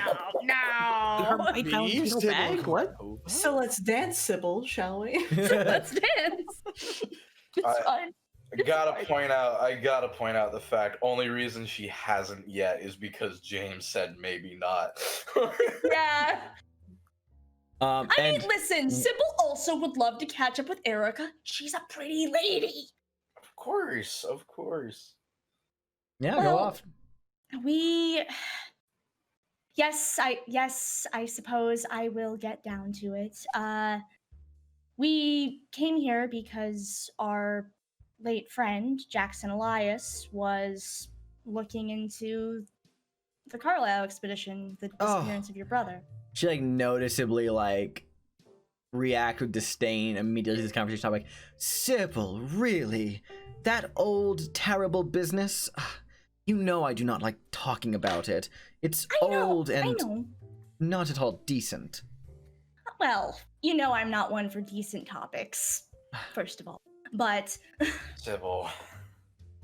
second of all, no, I know. I know that this has hung over you for a long time, and I know you would rather be done with it. I am done I've with been it. there. It's been years, Sybil. I have put it all behind me. The press, the questions, the indecency of it all. It's all just... You know how Roger was. I do. Now that he's I know. gone, things are different, and I've been trying my hardest to bring some decency, again, to the Carlisle name and businesses. And I'm sure you've done a wonderful job, Erica. But listen, I know what it's like to lose someone close to you under terrible circumstances. And everyone comes to you with questions and you don't have any answers. But I know that if someone were to come to me with new information, even if I wanted it all to be over, I would still want to hear it. New information, she says, like, like one of her eyebrows really gives a very sharp raise as it quirks above an eye, and she says, what new information? Well, first of all, have you heard of an author named Jackson Elias? He was a friend of ours. I presume this is the friend who met an untimely end recently? Correct, unfortunately. Again, you have my condolences. I can't say I'm at all familiar with him or his body of work. All right, well, he was looking into the Carlisle expedition, so I was wondering if perhaps he'd contacted you. Fitting, of course. An author looking into my brother's ill-fated expedition. Vultures, all of them. I mean, More of a explorer. It wasn't really more about the actual expedition itself as to why it happened. Aha! Why did it happen? I wish I could answer that question when I've been asking it all these years myself. Why did it happen? I asked Roger why. All ridiculous, indecent, all of it. She gives like a loud guffaw. We're trying to find that out ourselves. I do apologize for bringing up such a sore topic, but it is unfortunately related. From the beginning, I knew that Roger's little African expedition was much more than just another of his foolish whims. Some secret fascinated or worried him about it, but it was also slapdash. What Slapdash? exactly was his obsession with it? Ah, it was that damn African woman, Bonet. Bonet. Yes, Nichanka Bonet, the source of Roger's obsession. Her... an African princess, as he called her. If you ask me, his entanglement with an uneducated African woman only proved how depraved his tastes had become at that point in his life. No idea how he came... Oh, go ahead. I need the rest of the room to know that Sunil just crossed his legs. Takes too long. It's like not something that's like. No, he just crossed his legs and. I have no Sybil's idea. just completely unfazed. Erica says, I have no idea how Roger came to meet her, but he said that she was queenly, an African priestess, and that she held the secrets he desired most. Indecent, all of it. What secrets did he desire most? I couldn't tell you. Even before Bonet came to rule Roger's little life, he'd been having strange dreams for a while back then. Things disturbed him. Never absolutely refused to discuss his dreams with me beyond only that they were strange, in which something seemed to beckon him and call to him that he must go out and do something, or that something must be done. But he wouldn't disclose it with me. Or he wouldn't disclose beyond that with me, at least. So It's a shame. yes, it's a shame indeed. I see. Well, Roger had been plagued by awful dreams for a while. It was worrisome. He'd wake up screaming. It's terrifying. did the dreams start before he met Bonet, or? Oh yes. Before then, yes. I wanted to help him. He was so shaken by everything that was going on. I recommended that Roger visit a Freudian in the city, the lion of my social set at the time, thinking perhaps he might be able to set Roger straight. As straight as Roger could be set, that is. And I assume that didn't go according to plan. No. Dr. Houston, I'm sure, talked Roger into the expedition, undoubtedly with Bonet's collusion.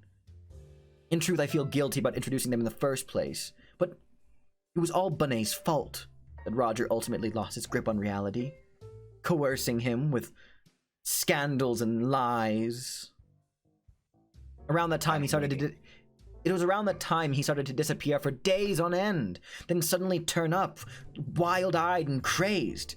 He wouldn't say anything about where or what had transpired, only that he had been to Harlem. Did Harlem.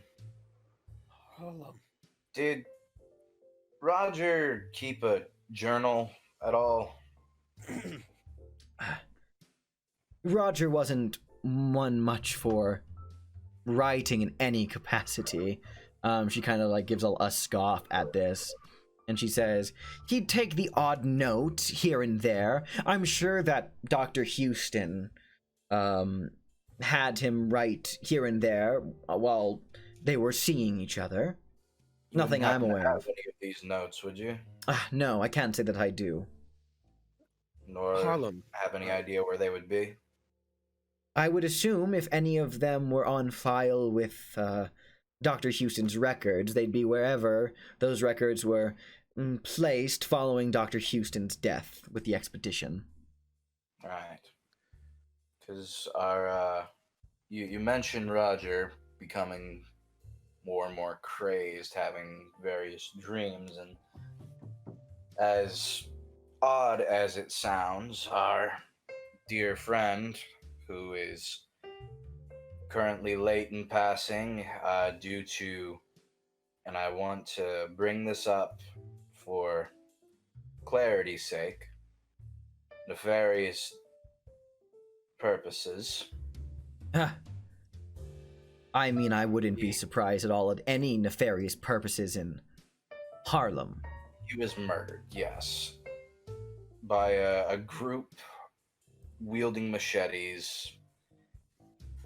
And the last things that he wanted to give us was a bunch of chicken scratched, scrawled notes, crazed, talking about dreams and cults.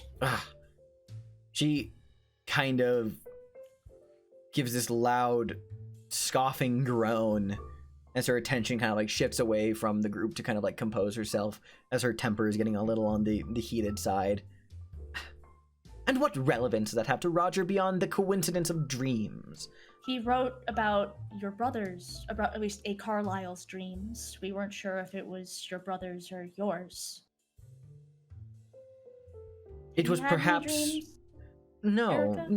nothing out of the ordinary. The odd nightmare every so often, but nothing as wild as Roger.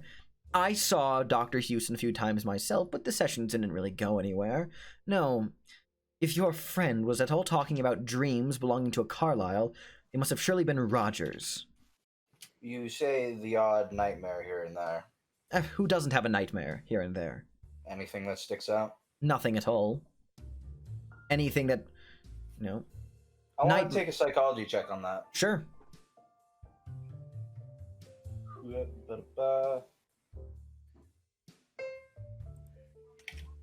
Ooh. Fuck. No, yeah, I mean, like, straight up, like, Erica Carlisle is being, like, no, completely, like, normal nightmares, nothing. She is untouched by any weirdness outside of the, in her own words, indecency of her brother's business. Mm-hmm. Did he... So he never sent you any information as to what he was doing or why he went to the Nile when they started out going to a completely different place? Roger had never been at all obsessed with Egypt before this expedition was put into place.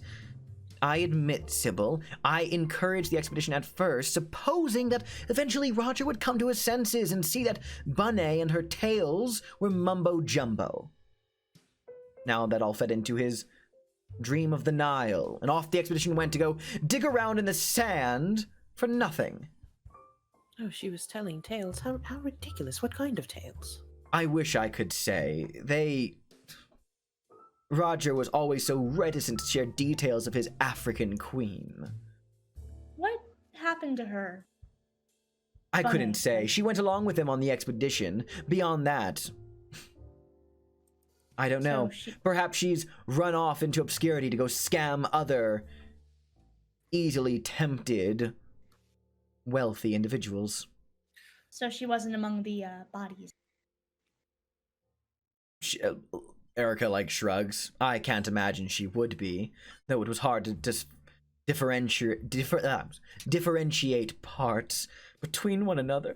She kind of, like, as she says that, kind of like a little bit of like a choke up comes as she like raises a finger to her mouth and just recomposes herself, sets her eyes. So I'm sorry, just thinking about the affair. It's also No, it's I also understand. terrible. It must have been very terrible. Miss Carlisle, you if I had to guess about a feeling here, you feel as though this woman took your brother from you.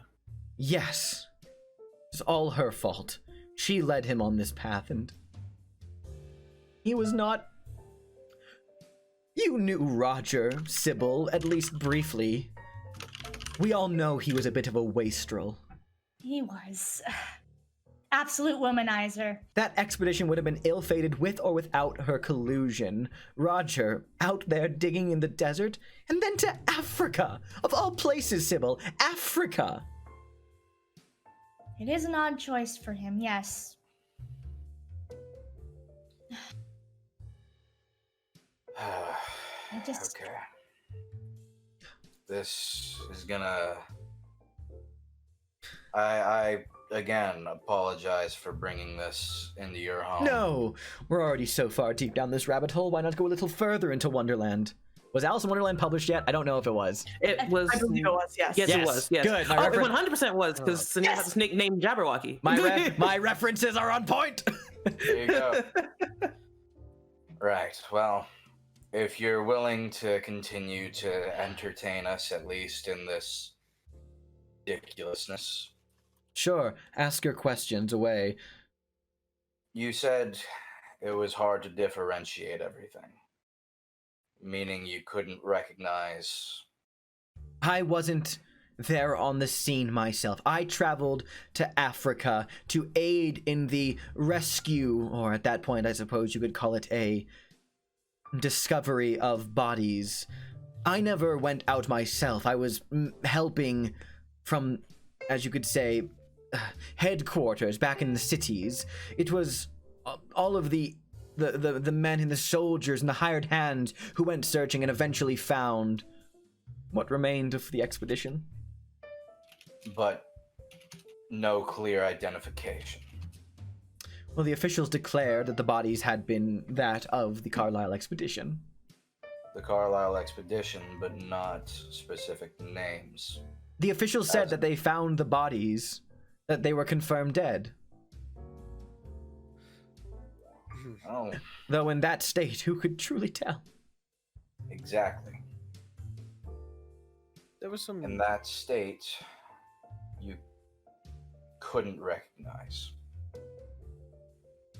Sybil, Meaning- I beg your pardon for my tone towards your husband, but Mr. O'Connell, what are you getting at? Because I can tell there is something you are reaching toward. Our late friend thinks that your brother might still be alive. Under what pretense or proof does your friend make such an assumption? Our friend was traveling all over the world. While he was traveling, he interviewed a man. He interviewed several men, and one of them had said that none of the remains were Caucasian.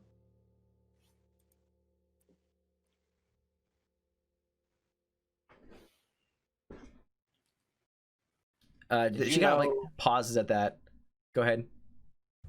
Did you know many men of the expedition itself?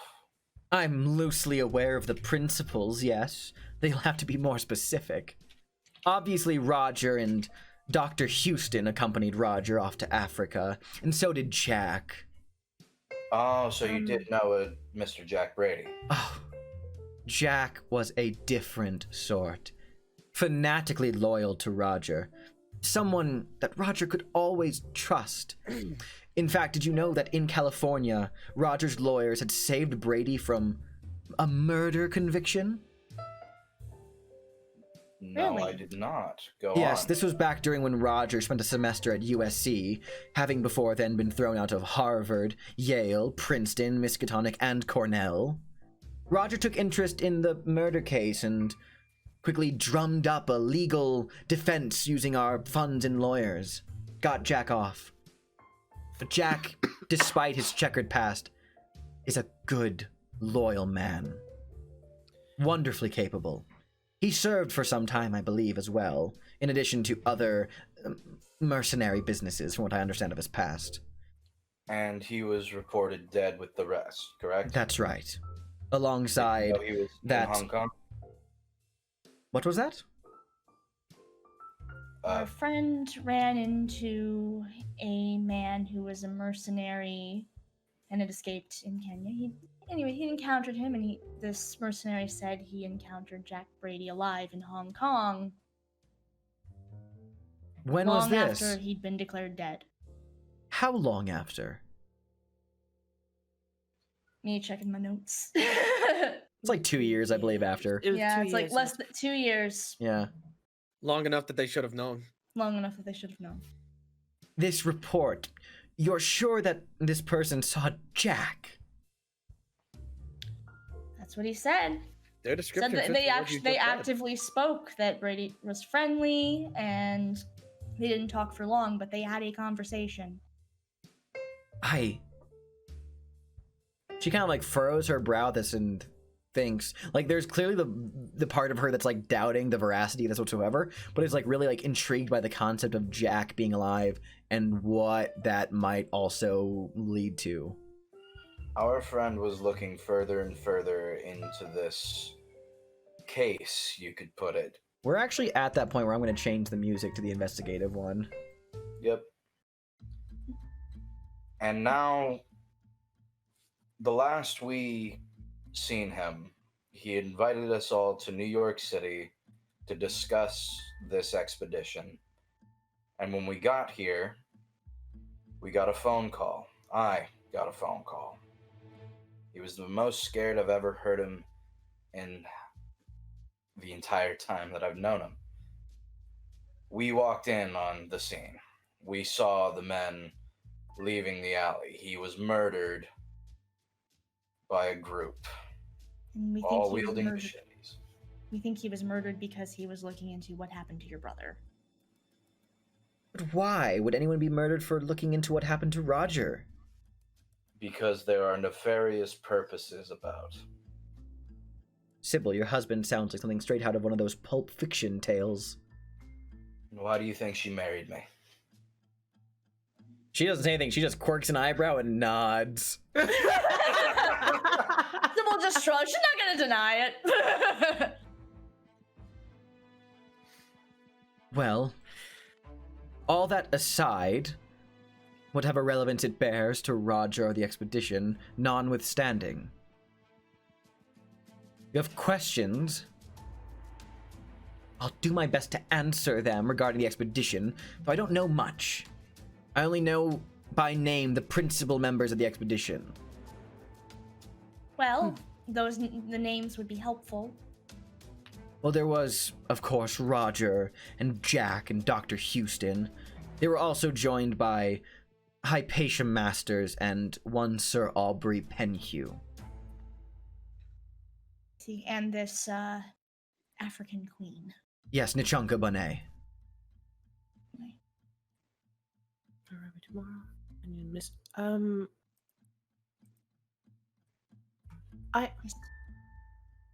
Sorry, this probably seems entirely off topic. Mrs. Victoria Post? I'm just thinking of names that were mentioned. Yes. Victoria Post? Yes. I can't say I'm familiar with that name. And also me, the keeper, being like, where was Victoria Post mentioned? It's in the newspaper. I'm reading the newspaper right now. It is. It is.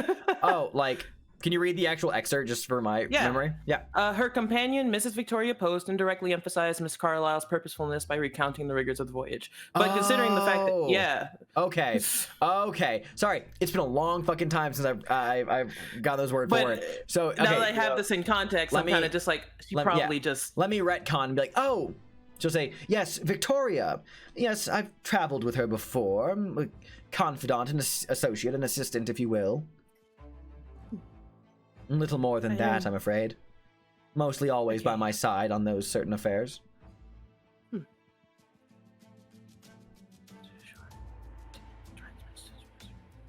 I'm sorry, like, we can keep the thing going. Keep going. I was just like, I haven't read these letters in, like, God knows how long, so there's probably something to ask in there. Yeah, feel free. In your brother's ravings, did he mention anything of note? Very little to me. He would rarely go further than little at all, I should say. So you're talking to the wrong person. He rarely spoke to me at all about his dealings. Is there anyone that he did, other than the expedition? Dr. Houston, I imagine, but that is part of the expedition, then. I don't know if he told the others. Tell you the truth, I don't even know why he brought Hypatia along. Who is Hypatia? A New York socialite, nothing at all noteworthy. I was unimpressed the few times I'd met her in the past. She and Roger dated a few times, inconclusively. She was a good photographer, though. Perhaps that's why she went along, to take pretty pictures in the sand. Do you know where this Hypatia is now? He was part of the expedition, presumed dead with the rest, along with Sir Aubrey. I know little about him. I don't know why... I know they picked him up in London, but I don't know why he accompanied the expedition. Perhaps Sir Aubrey needed money. Everyone else around Roger certainly did.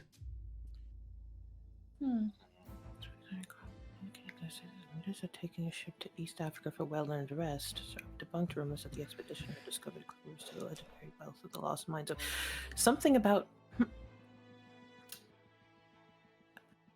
Pretend as though Sunil is like backtracking in his head doing this and it's not reading newspapers. It's like, Did his ravings have anything to do with King Solomon? Did she tell you? He didn't tell you anything about what was going on, did he? No, not at all. Though towards the end of his time at home, Roger constantly read several old books here in the library. I glanced through one once, but it frightened me. It seemed to substantiate Roger's crazy actions. Could you provide? She kind of like looks at you. What interest do you have in them outside of my brother's involvement with them? Because if we can find any reason for why our friend was murdered. She kind of like sits more upright in her divan and just kind of says, Roger kept those books hidden in a safe in the library here. But he didn't know that I knew of it and figured out its combination. Rather easily, by the way. I jotted it down on a flyleaf in one of the books. I've not thought to open the safe since Roger left for London. I had a new and very strong vault installed in the mansion's office. But I have not been in that safe since. This, I have to say, only presses us further because that very safe was mentioned in our friend's dying notes.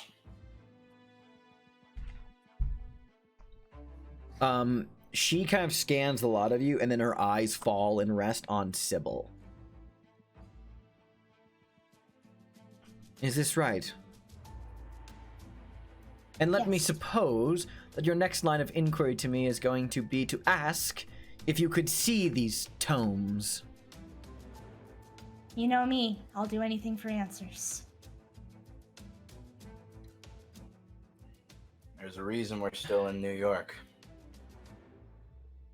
You see that Erica like stands up and walks over to the library door and pushes opens the door, and you see that just like leaning like nearby, clearly well within earshot of anything that would have been talked about in the library, is Bradley Gray, who's just poised, kind of just leaning against the wall, and he just like looks over at Erica, and Erica says, "Get Joe, bring him here at once." And he just like nods and like walks off somewhere else in the mansion. And then like after he walks a few steps away, she says, "And Gray," you hear the footsteps stop. "They're my appointments through today." A moment later, after there is a set of footsteps that come down the hallway, whereupon another gentleman enters the library to stand nearby Miss Carlyle. This fellow is a tall, solid man with a Mediterranean complexion. He wears an aura of threat like a pungent aftershave. He has wavy black hair, neatly swept back, but kind of breaks loose into ringlets, kind of around the back and a little bit in his face. You can tell that his nose has been broken so many times that it lacks any real shape, framed by two large blue eyes that hint at an intelligence his otherwise brutish appearance masks. She like says, "Everybody, Joe." Hello, Joe. And you see that Joe looks over at Erica and says, "You wanted to have me down here, Miss Carlyle?" And you see that Erica says, "Yes, Joe. I'm clearing my appointments through the rest of today. I'm not going to be spending time with my friends all through the evening, but I would like you to keep a watch on things from here on out, just to make sure everything is above board. She turns to you, Sybil, and says, not that I'm suggesting I don't trust you or your friends at all, Sybil, but these are rather expensive books. I completely understand. You have to protect what's yours. She strides over to the shelf and says, yes, I suppose you've come this far with the information you've brought. I'm willing to let you look through these books, but I'm warning you, they are indecent, scandalous little things. Well, that's my favorite sort of thing. You're welcome to stay through the day as long as you wish, preferably as you're out by no later than this evening. You may stay to read and peruse at your leisure. And she walks over to the north wall of the library, where there is a large case filled with old reference works in English and French. There is a fat edition and a notably out of place copy of the collected works of the collected poems of Edgar Allan Poe. She slides it out, and behind that book is a panel that she pulls open. Behind that panel is a button. She pushes that, and the entire case slides several feet to reveal a safe that's behind the bookcase, which she walks up to and begins to turn the combination in, keeping her body pressed close to it so no one can study her hand movements from a casual glance. As from the back wall of the library, Joe, her bodyguard, just has his arms folded, just kind of watching everyone with those eyes. A moment later, you hear a distinct click click as she finishes putting in the safe combination, and she pulls it open, where there are 4 books placed inside. She says, really, Sybil, if that's all you wanted to come here to talk about, I'm a little hurt, but thankful all the same for your company and for the eye candy you brought to me. He is quite good to look at. No, I would love to talk to you about other things, but I think you know how important finding answers is. Yes, of course. I'm canceling my appointment, but I shan't be staying in the library with you all. Thinking of all of this, I'm going to retreat to my room and run a very long, hot bath. Understandable. Joe will supervise you, but feel free to peruse the books at your leisure. If you need anything, call for one of the servants. They can provide you with any number of things you'd like, within reason, of course. Thank you so much, Erica. Kind of like folds her arms underneath her chest and just says, well, it's a pleasure to make all of you my acquaintance. Thank you. It's a pleasure. Hopefully we can see you again under better circumstances. I have a lot of stories. A lot. She just doesn't make a nod, just looks at all of you, turns on her heels, walks out of the library, the pronounced click, clack, click, click of her heels hitting the marble tiled floors of the mansion hallways as she walks away. And Joe just kind of leans over and closes the door, settles in with his arms folded, and just leans, just watching you guys. Thank you, Joe. Give him a light wave. Yeah. Sybil just completely unshaken. Is already just fucking going for those books. Yep. Absolutely. So, I'm glad we're at this point, and we still have a decent amount of time in the episode left. Because, y'all, I'm gonna specifically request that you guys pay attention, because there's some hefty stuff here.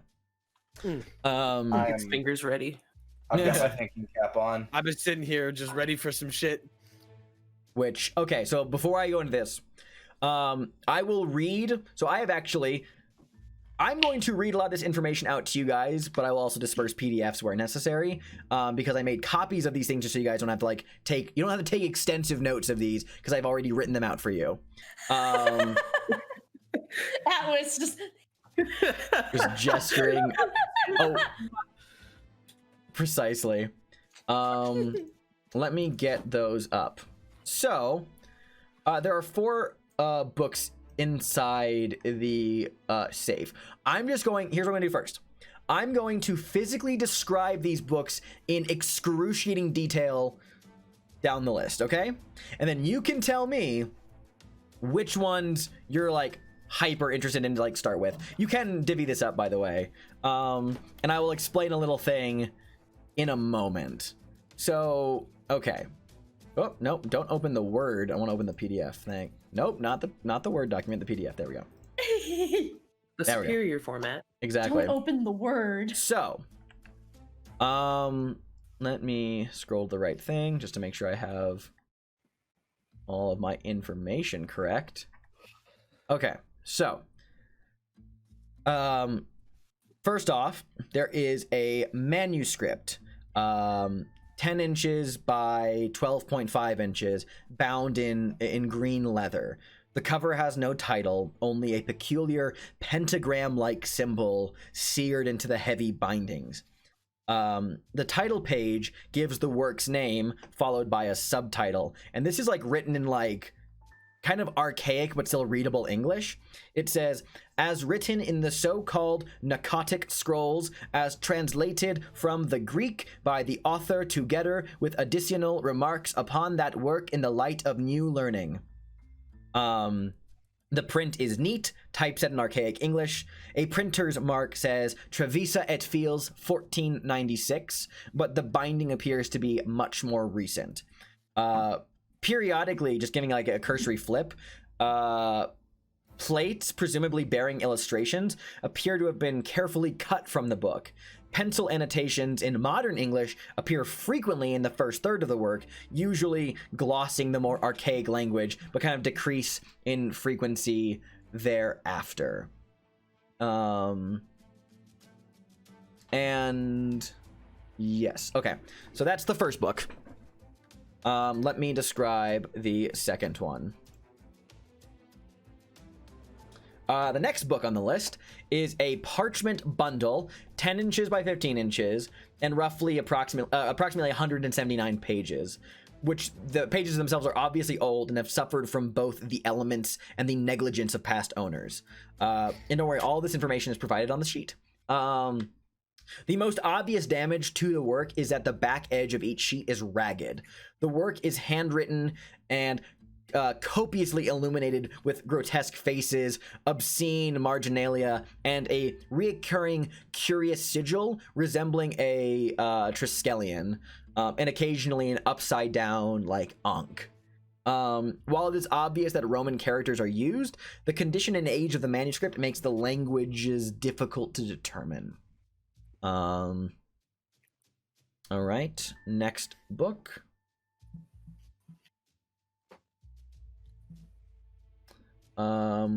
There is, okay, so this one it's white leather over wood, crown quarto, 7.5 inches by 5 inches, unnumbered, but about 160 pages. A handwritten account by one Montgomery Crompton bearing the title Life as a God, within a poorly rendered frontispiece of faux Egyptian styling. The text is sloppy and erratic in brown but sometimes fading black ink. The book was amateurishly bound and the spine is separating in some places. And lastly, the last work is again white leather, 6.25 inches by 10.5 inches, 104 pages. Title on the cover page. This slim volume looks to have been handcrafted with an eye towards quality bordering on opulence. The pages and leather cover are excellently hand stitched, and the paper used is top quality. The pages themselves were printed as individual lithographic plates, that is to say, etched on plates rather than with a regular movable type press. Every page has elaborate geometrical designs along the border. There is no artwork as such, save for grotesques incorporated into the first letter of each poem. The most striking feature of the book is the unusual medallion on the front cover. It appears to be a very thin slice of some sort of polished translucent rock placed over a thin silver backing, creating a weird mirror-like effect in rich gray and white tones. The pattern of the crystal formation is highly symmetrical and suggestive of organic forms. The front page, which, by the way, the title of this work is Amongst the Stones. The front page bears in bold hand a dedication that reads, "To Mr. Roger Carlyle. I hope you find these words to be as inspiring as yours were to me at our last meeting. My regards to Anastasia, Tyler." There is no publisher or date of publication given. Those are the 4 books. Now, here's what I'm going to tell you as the keeper. Let me tell you a little thing about things called Mythos tomes. This has a specific rule set. Oh, fuck. So, in reading books and these books of interest, there are 2 things to consider here, which is which could be considered. All of these books have what is called an initial, an initial read and a full study.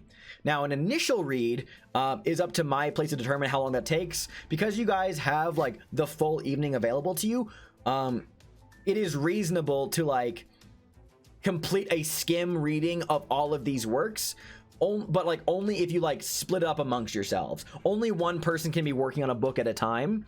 Some of these might take quicker to read through than others, and there are things that happen, and we'll get to that. And but by completing an initial reading, you get what is called a skim overview of the contents of the books. To get a full reading usually takes a lot of time, probably longer than is feasible, because you get the idea that Erica's not going to let you take any of these with you. Yeah. So, me asking you, this is me, the keeper, asking you, do you guys want to peruse these tomes tonight? Yeah. I know Sybil's like super on board. I Yeah. want to read. I want to read. I want to read. It's all we can do in the 1920s. We go look at pictures or read. Or kill Pan people. down a road. Or kill people. That too. Murder, the secret form of leisure. Hey, I mean, it's a thing. Is widely used. They killed Jackson. I will say, here's what, okay, and I'll ascribe each of these books kind of like reading time, just based on their size. So like looking at the Narcotic Manuscript, which was the first book you guys saw, that feels like it's going to take the longest. That's going to take like a few hours of reading, partially because it's in this archaic English, so it kind of like takes a little bit longer to like read, because you got to like go through the old spelling and be like, oh, okay, that's what they're saying here. So that's going to take the longest to read. The book that was titled Life as a God probably take a couple of hours to flip through just by taking a glance at it. It's only like 160 pages. The book that I described, that was the Parchment Bundle, that was very old, and you couldn't quite directly tell what language it was in. Definitely not English. I'm going to say right now, none of you actually speak the language this is written in, so none of one's probably going to be able, I remember I looked through all your character sheets, is going to be able to read this one. So that only leaves the third one, Amongst the Stones, which will probably take, it's like 104 pages of like poems, probably like take an hour to skim through that one.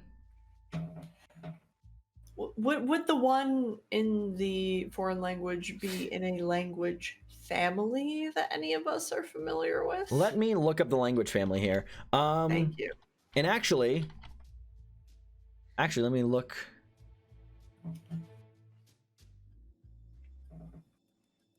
Ooh. Sybil might. Oh, Ooh. so Latin? Spanish. Spanish family. Latin. Nope, hold on. Can I- What's up, Jordan? I wanted to ask about using an intelligence check. Yeah, I'm double checking. To get an idea for what it should be. Sure, I'm double checking this right now. Okay, so somebody could make an idea roll to recognize it. Sybil, if you want to do that too, you could do so with a bonus die because you actually you have the language family as well. An idea roll is just intelligence, right? Yeah, anyone can make the idea roll. I'm giving Sybil the bonus die because she actually speaks the language family that this belongs to. So, fuck. So, Oh wait, no. What's the no, what do you roll that's for an idea roll? That's a 69. That oh no, so that was. Oh, okay, so Mace. Oh, sorry, bro. What'd you ask? What do you roll for an idea roll? Intelligence. Intelligence. Okay. I might as well. Like, there's no reason not to. So yeah. I was about to ask Jordan if you wanted to spend luck points, but since Sunil, if anyone gets a success, it gives all of you success. So cool. Hard success. All right, cool. So I'll describe that this is all of you quite literally like having to put your heads together for this one. This is like that one's written in like archaic French. Oof. Also, the title of that one is in French, Sélections des livres d'Yvonne. Oh. Okay. When your character doesn't speak the language you speak. Bada bing. Yeah. So, since none of you can read French, unfortunately, you guys can't get a reading on that one. Hey, Joe, you can't speak French, right? Nope. Didn't think so. Damn. Are there any annotations in the French tome? Let me look real quick. Well, like after like a pretty solid like, well, that's all of our options on that one. James is gonna start reading one of the things. Yeah, I will say that the entirety of the Sélections des livres d'Yvonne is handwritten. So if it's hard to at a glance differentiate from anything that would be considered a footnote. Nothing other than the author's handwriting seems to be throughout, but it is fucking old, very old. Yeah, because the idea was if there were annotations, Kit would have gone through and like copied some of them down to maybe look up later. But if it's not apparent, then it's not apparent. So GG on that. God, Wow. Sybil's so excited to read all of these. She's like, I only have so many hours. Well, IDK on any of these, but go off on the other three, I suppose. Fuck off. Fucking Kit Sullivan said IDK. Okay, so the one that's like old, that's like a manuscript. That one's the one that would seem like it would take the most like hours, right? Yeah. I'm Which torn one's the because scariest looking? What was that, Split? Which one's scarier? In terms of just Which sheer one's the vibe? scariest? Yeah, of sheer vibe. Which one gives off like the most, you read this and it's gonna be terrible for you? I mean, okay, I'll I go say off. that because that's the one I'm grabbing. The one with I'll- the pentagram is fucking scary. Actually, straight up, give me a knowledge roll, James. I got you. That's education, just to remind you. Education. Hard success.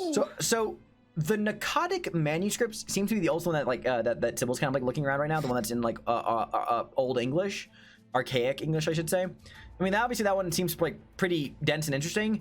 Something catches your eye about the one that was titled "Life as a God," and because it had that very amateur binding, and you're kind of like looking at that book,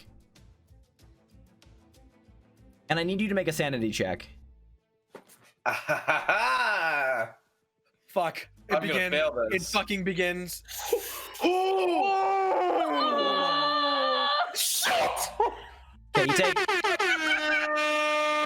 Okay, you take 1 point of sanity damage. As looking at that book, you realize it's bound in human skin. Oh, fuck. Sybil wants to read it. What's wrong, James? You look upset. James is just kind of staring at that book for a moment, and then he goes and he grabs it and he picks it up and he looks it over. He feels it, feels the pages, the cover. James? Jesus Christ! What? What's the matter? And he just kind of like glances over to the rest of them. I just realized, and he thinks about what he's going to say for a moment, and then he points at Kit and gestures with a finger for him to come over. Yeah, Kit will walk over and sort of, lean in a little so James doesn't have to speak up too much. I don't want to freak anyone out. Okay. This is human skin. Make a sanity roll, Kit. Kit slowly nods as I go over to my... What? Kit slowly nods. No sanity damage, Kit.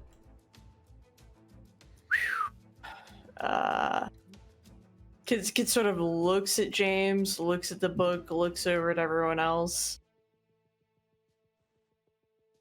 It's bound with a esoteric sort of material is all. Yeah. Sus. You know what esoteric means? Are you asking if Kit knows what esoteric means? No. I'm asking if Mason knows what esoteric. Okay, I was about to say, That would like, be up to- That's up to you, Jordan. I'm sorry, Kit Sullivan. Do you know what esoteric means? No, that's. I have a PhD. I have a PhD. They have a PhD. I have a PhD. Bold to I have assume that not Mason would ever say something like that, even if he would think it. God. Oh, no. Does Mason know what esoteric means? It's up to you. It's up to you. I imagine he would. He's an actor. He has to know a lot of flowery language. Probably leather. Yeah. Yeah. Probably leather. Okay, if it's leather. Sybil is making graspy I want. While Sybil's doing that, Mason picks up the book with that little pentagram thing on it that you were saying. The Narcotic manuscript, sure. Yeah. The He's gonna big, start thick, reading through old that. English one. Gotcha. Yeah. After she's Yeah. just like, I mean, if you want to read that one, I'm gonna look at the pretty one. What? You were looking at the leather book. I mean, just if you're gonna check looking at this the out. pretty one, then Sunil grabs amongst the stones, I guess. Sunil's like, fine, I'll read the poetry. Poetry, huh? Actually, Kit, we could just tag team this. You're better at. Yeah, That kind of sure. Scoot over a little bit. Interesting. Let's look at the esoteric binding book. Sybil says, So just to recap. So Mason, you're gonna read the Narcotic manuscripts. Okay. Sybil, you're gonna read Life as a God, and Kit and Sunil, you two are teaming up on reading Amongst the Stones. Yeah. And James, are you joining in anything, or are you just kind of keeping an eye on everyone? Oh, James wants to read the human skin book. yeah. Okay. James kind of wants to keep the human skin book away from the rest of the party. If I find out it's human skin, I'll vomit. Exactly. He's not going to stop his wife from coming over and reading with him, but he's not going to explain. Okay, so that then just to finally recap, just so we're all clear, Mason is reading the Narcotic manuscripts. Sunil Yes. and Kit are taking a look at Amongst the Stones, and Sunil and Sybil are looking through Life as a God. Or James Sybil and and James are looking at Life as a God. That's what I meant to say. Thank you. Yes. That's what I meant. Yeah, Sybil and James looking through Life as a God. Okay. I'm gonna resolve these in length because the Amongst the Stones would be the quickest. I'm gonna drop this PDF of the skim reading information to my players in our little chat. Thank you. Oh, sorry. I don't have one for Amongst the Stones because it's very small and short. So I'm just gonna read this to you, and I'll give you the information later. I just didn't make a PDF of it because it wasn't as substantial as the others. So I'll just narrate this one because this one's quick. You guys spend like the next hour or so flipping through like the various poems in here. It's written in English, fairly recent. This work is it seems pretty recent. There is no like publication date. The work is a collection of poetry by one Justin Jeffrey. The poems are in a modern style, generally without fixed meter or structure, but with a clear thematic link, menace, horror, and a sometimes romantic nihilism. Titles include Out of the Old Lands, Strutter in Darkness, and The Trappings of a Queen. The work is disturbing and shocking, at least to a more sheltered reader. The stark horror of the poet's words are not tempered by the beauty of this writing. So, because this is actually pretty recent, I'm not going to have either of you make a check for this. You don't need to make a reading check to see if you comprehend what's in here at a skim read, because it's pretty clear. Sunil and Kit, the two of you may now increase your Cthulhu Mythos score by 1 percentile each. So you should now both be at 1%.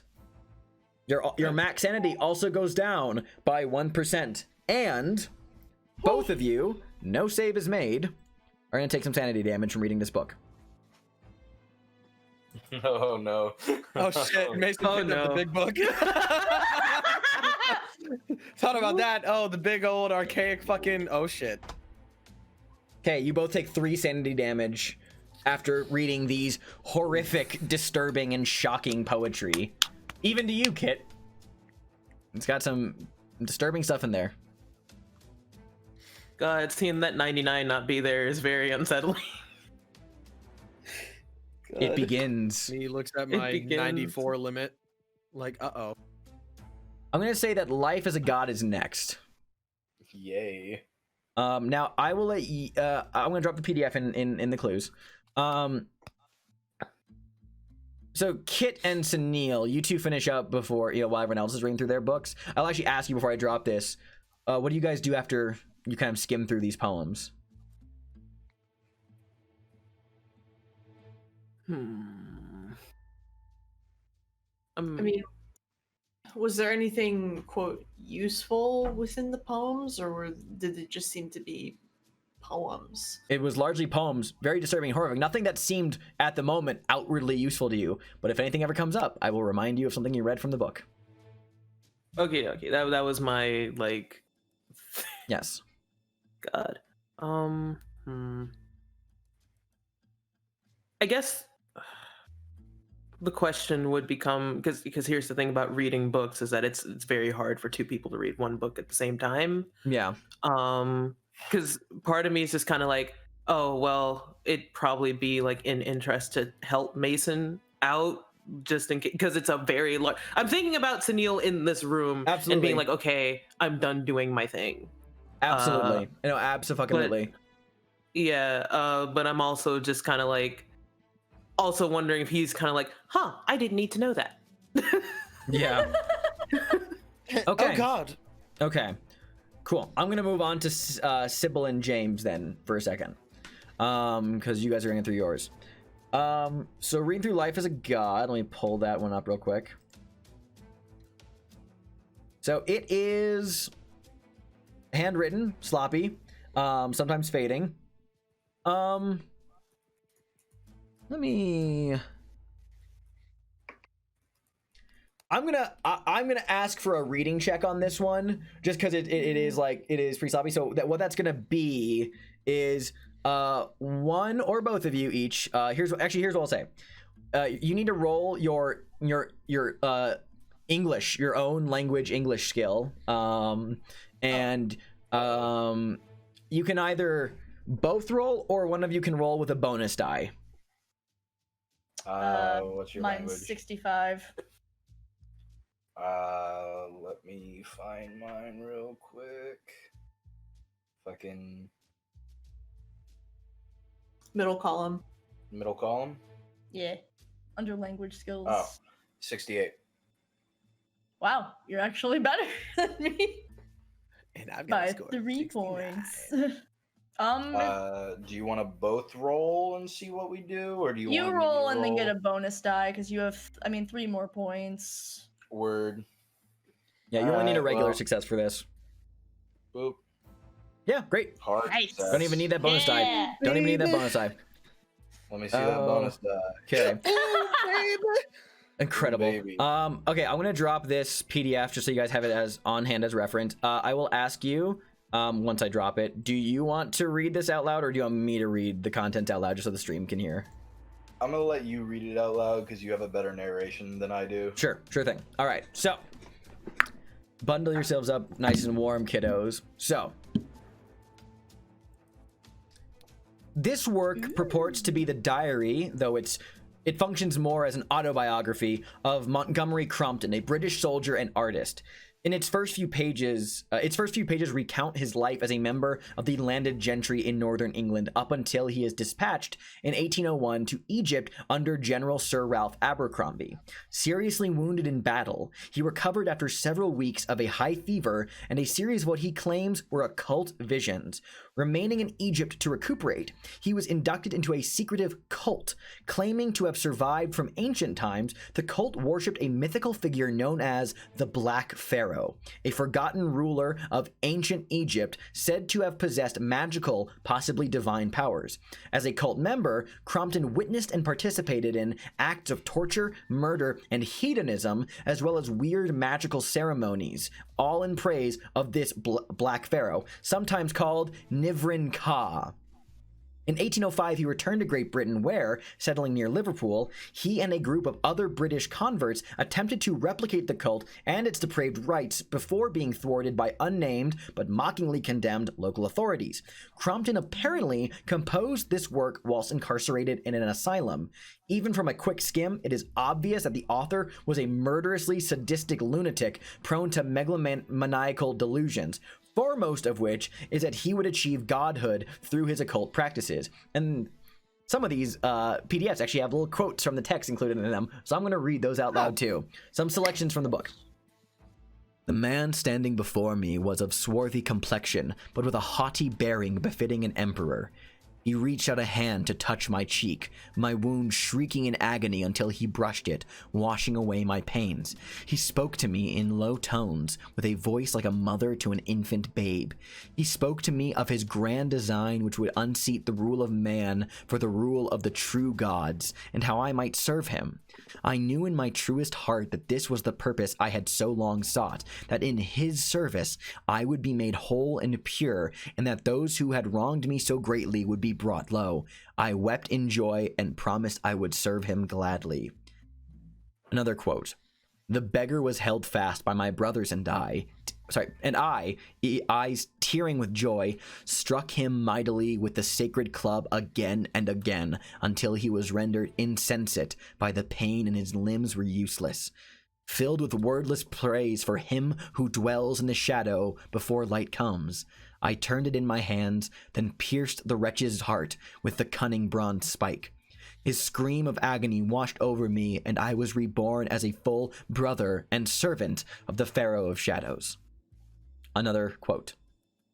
Its angles were magnificent, and most strange. By their hideous beauty I was enraptured and enthralled, and I thought myself of the daylight fools who had judged the housing of this room as mistaken. I laughed for the glory they missed. When the 6 lights lit and the great word said, then he came, in all the grace and splendor of the higher planes, and I longed to sever my veins so that my life might flow into his being and make part of me a god. Sybil and James. You may increase your Cthulhu Mythos score by 2 percentiles, reduce your maximum sanity by 2 percentiles, and the two of you will take... Here's a dangerous roll, kids.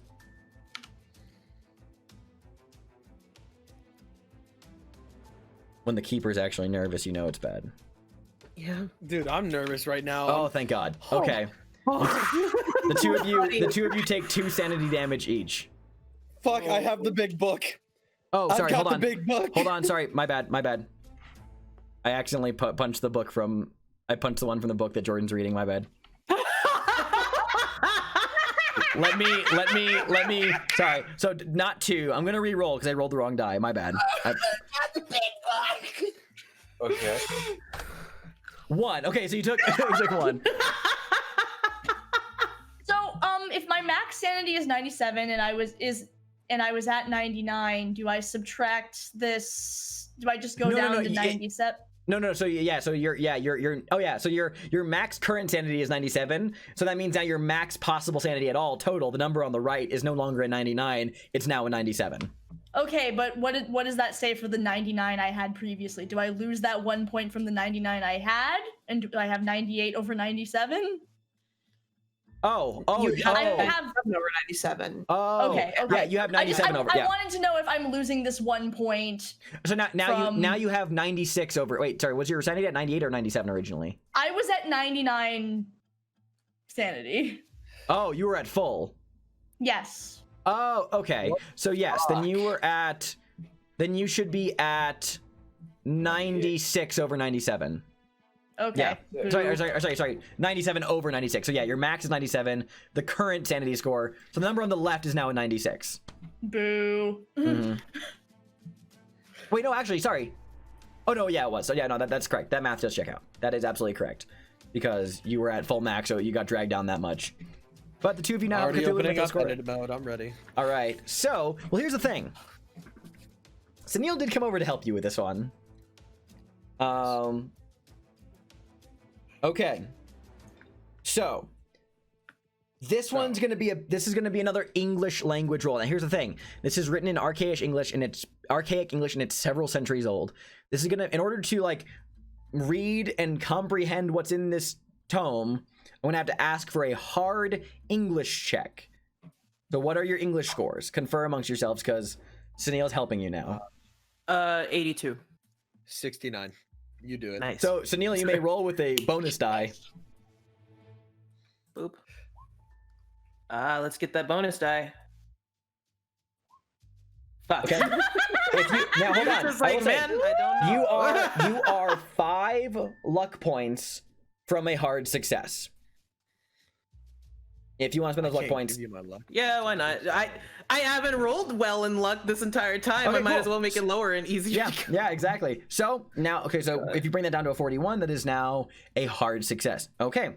Once again, I presume you want me to read this one out loud. Yes, please. I will do that. I need to. I don't want to whisper to Keeper. I want to go into edit mode. Thank you. You can. Sorry. Okay. Let me send this PDF to the chat. Gets into the evening now, reading through these old tomes. Okay. The work claims to be a translation of an otherwise unknown series of documents, the Narcotic manuscripts, brought to the West after the fall of Constantinople in 1453, are said to be Greek translations of even older documents chronicling an otherwise unknown epoch of the pre-human history of Earth. The unidentified translator claims to have obtained this work, also called the Narcotic Scrolls and the Scrolls of Nicotis, from an unnamed refugee from the Byzantine Empire. This translation was made in conjunction with the help of another, also unnamed, Greek scholar. The body of the text is a haphazard jumble of myths outlining the history of various fabulous kingdoms and civilizations of Earth before the rise of man, as well as other places specifically said to not be of this world. Discussions include a catalog of various races in residence on the Earth during the ages before man, the actions of various legendary figures, and the myriad inhuman deities worshipped by both. A final section traces the mythic history of the book itself from fragments uncovered in some vast non-human library, the so-called City of Nicotis, to the scribes of vast prehistoric human empires who consulted with improbable others, some sort of flying barrel-shaped things, shaped beings, I should say, in their efforts to understand the work. It seems likely that this work is a compilation of a host of mystical texts, many of which are preserved only in fragmentary form. I'm going to read now these quotes, and these are written in archaic English, so this is going to be fun for me to actually read. And from Oh, fuck, I'm already off to a great start. I hate these words. And from Psychrenoatia, raised Zetosia, taking the form of a great furred toad. He dwelled in the caverns of Ienke, and the walking serpents of Ioth held him in great reverence, much to the great anger of Yig, the god of those beasts. Another quote. Mighty was the war betwixt the Elder Ones and the dwellers in real Yea, and yet upon the ending days of said war, the Elder Ones drew strong powers, held by the spear of Neth, and unmade the very land of the earth, and real Yea was cast down beneath the waves of the great western ocean. And lastly, higher on the slope climbed good Sansu, though the slope of Hatikala grew ever more steep, for he sought the gods themselves, said as they were, to dwell in at the very summit of the peak, but naught was to be found there save ice and snow, for the gods dwelt elsewhere. Now also, here's a fun fact before we get into the sanity loss. This book has spells in it. And at a skim reading, you know that the spells presented and available in this book seem to be along the nature of contact something called the Winged One and contact Mind of the Observer. I'll get into how spells work in a moment. Oh yeah, let's talk about the Sunil and Mason. What you guys get from this? Yeah, I'm waiting. So first of all, because you already rolled the D8. I'm going to be re-rolling the D8. Fuck. First of all, Sunil and Mason, you may raise your Cthulhu Mythos score by 3 percentiles. And you may now reduce your max sanity by 3 percentiles. Mm-hmm. Awesome. Uh-huh. Oh, Having a man. good day. Having a Dude, good day. imagine having a max of 91 sanity. Where is my where it's on the left, right? The Cthulhu Mythos. Yes. one? Yes, under yeah. It's under credit Under credit rating. rating. So, Okay. Jordan, you picked this book, so I'll let you determine the terms here. Do you Okay. want me to roll in the Roll20 chat or roll my physical Masks of Nyarlathotep edition D8 in my real life physical dice box? Fuck it, we haven't rolled anything physical in a while. Let's do it, Xander. Yeah, because I like having Let's people roll see the rolls. But like, yeah, okay, I'm gonna roll this special. It is actually, I'll show it. It is the from the Masks of Nyarlathotep edition. Ooh, Oh, it's that's nice. pretty. Chat. It's like bone colored and it has these very intricate, like red, sort of numerical markings on it with all It's hard- sorts of it's hard to see on the- filigree. It's very nice. I'll show them the D6. It's hard to see on it, but the one of the logos of the Cult of the Bloody Tongue serves as the face. So That's hot. yeah. All right. Bone dice, bone dice. All right, here we go. Physical dice, Oh, baby. it fell on the floor. Now my Reroll. rules are I re-roll things that fall on the floor, unless you desperately want me to take that roll. No, I'll abide by my own rules. I'll abide by my own rules. No one say anything else. Okay, What is it? Mason, Sunil, after reading this archaic old tome filled with no. hard to ponder words, mentioning things of prehistoric entities, gods, spells, you each take 4 points of sanity damage. Just underneath the threshold. Just underneath the temporary I have a insanity threshold. question. Yes. It had to be in one go, right? It had to be from one source. Okay. So the cumulative sanity loss does not count. It has to be from one source. On a 5 or higher, it's a temporary insanity from a single source. You are just under the threshold. Because Sunil's sitting over here just like, huh. I lost my 69 sanity. Fuck. Not. I mean, Sunil is less sane than you now, so he has a That's 66. not so fuck. And on that note, with the gang having spent several hours in the Carlisle Library reading through these old, disturbing tomes, gaining weird new insights, and leaving this place, not yet, but they're gonna be leaving this place, kind of touched by knowledge, that will wrap up the final episode of 2020. As the investigators have now broken into some Mythos tomes, We will happily dive more into the nature of learning the spells presented in the Narcotic manuscripts Like the spells. when we come back on January 8th, 2021. Thank you all so much for watching. We look forward to seeing you in the new year as we continue Call of Cthulhu, Masks of Nyarlathotep. Until next time, Cthulhu Fatagan.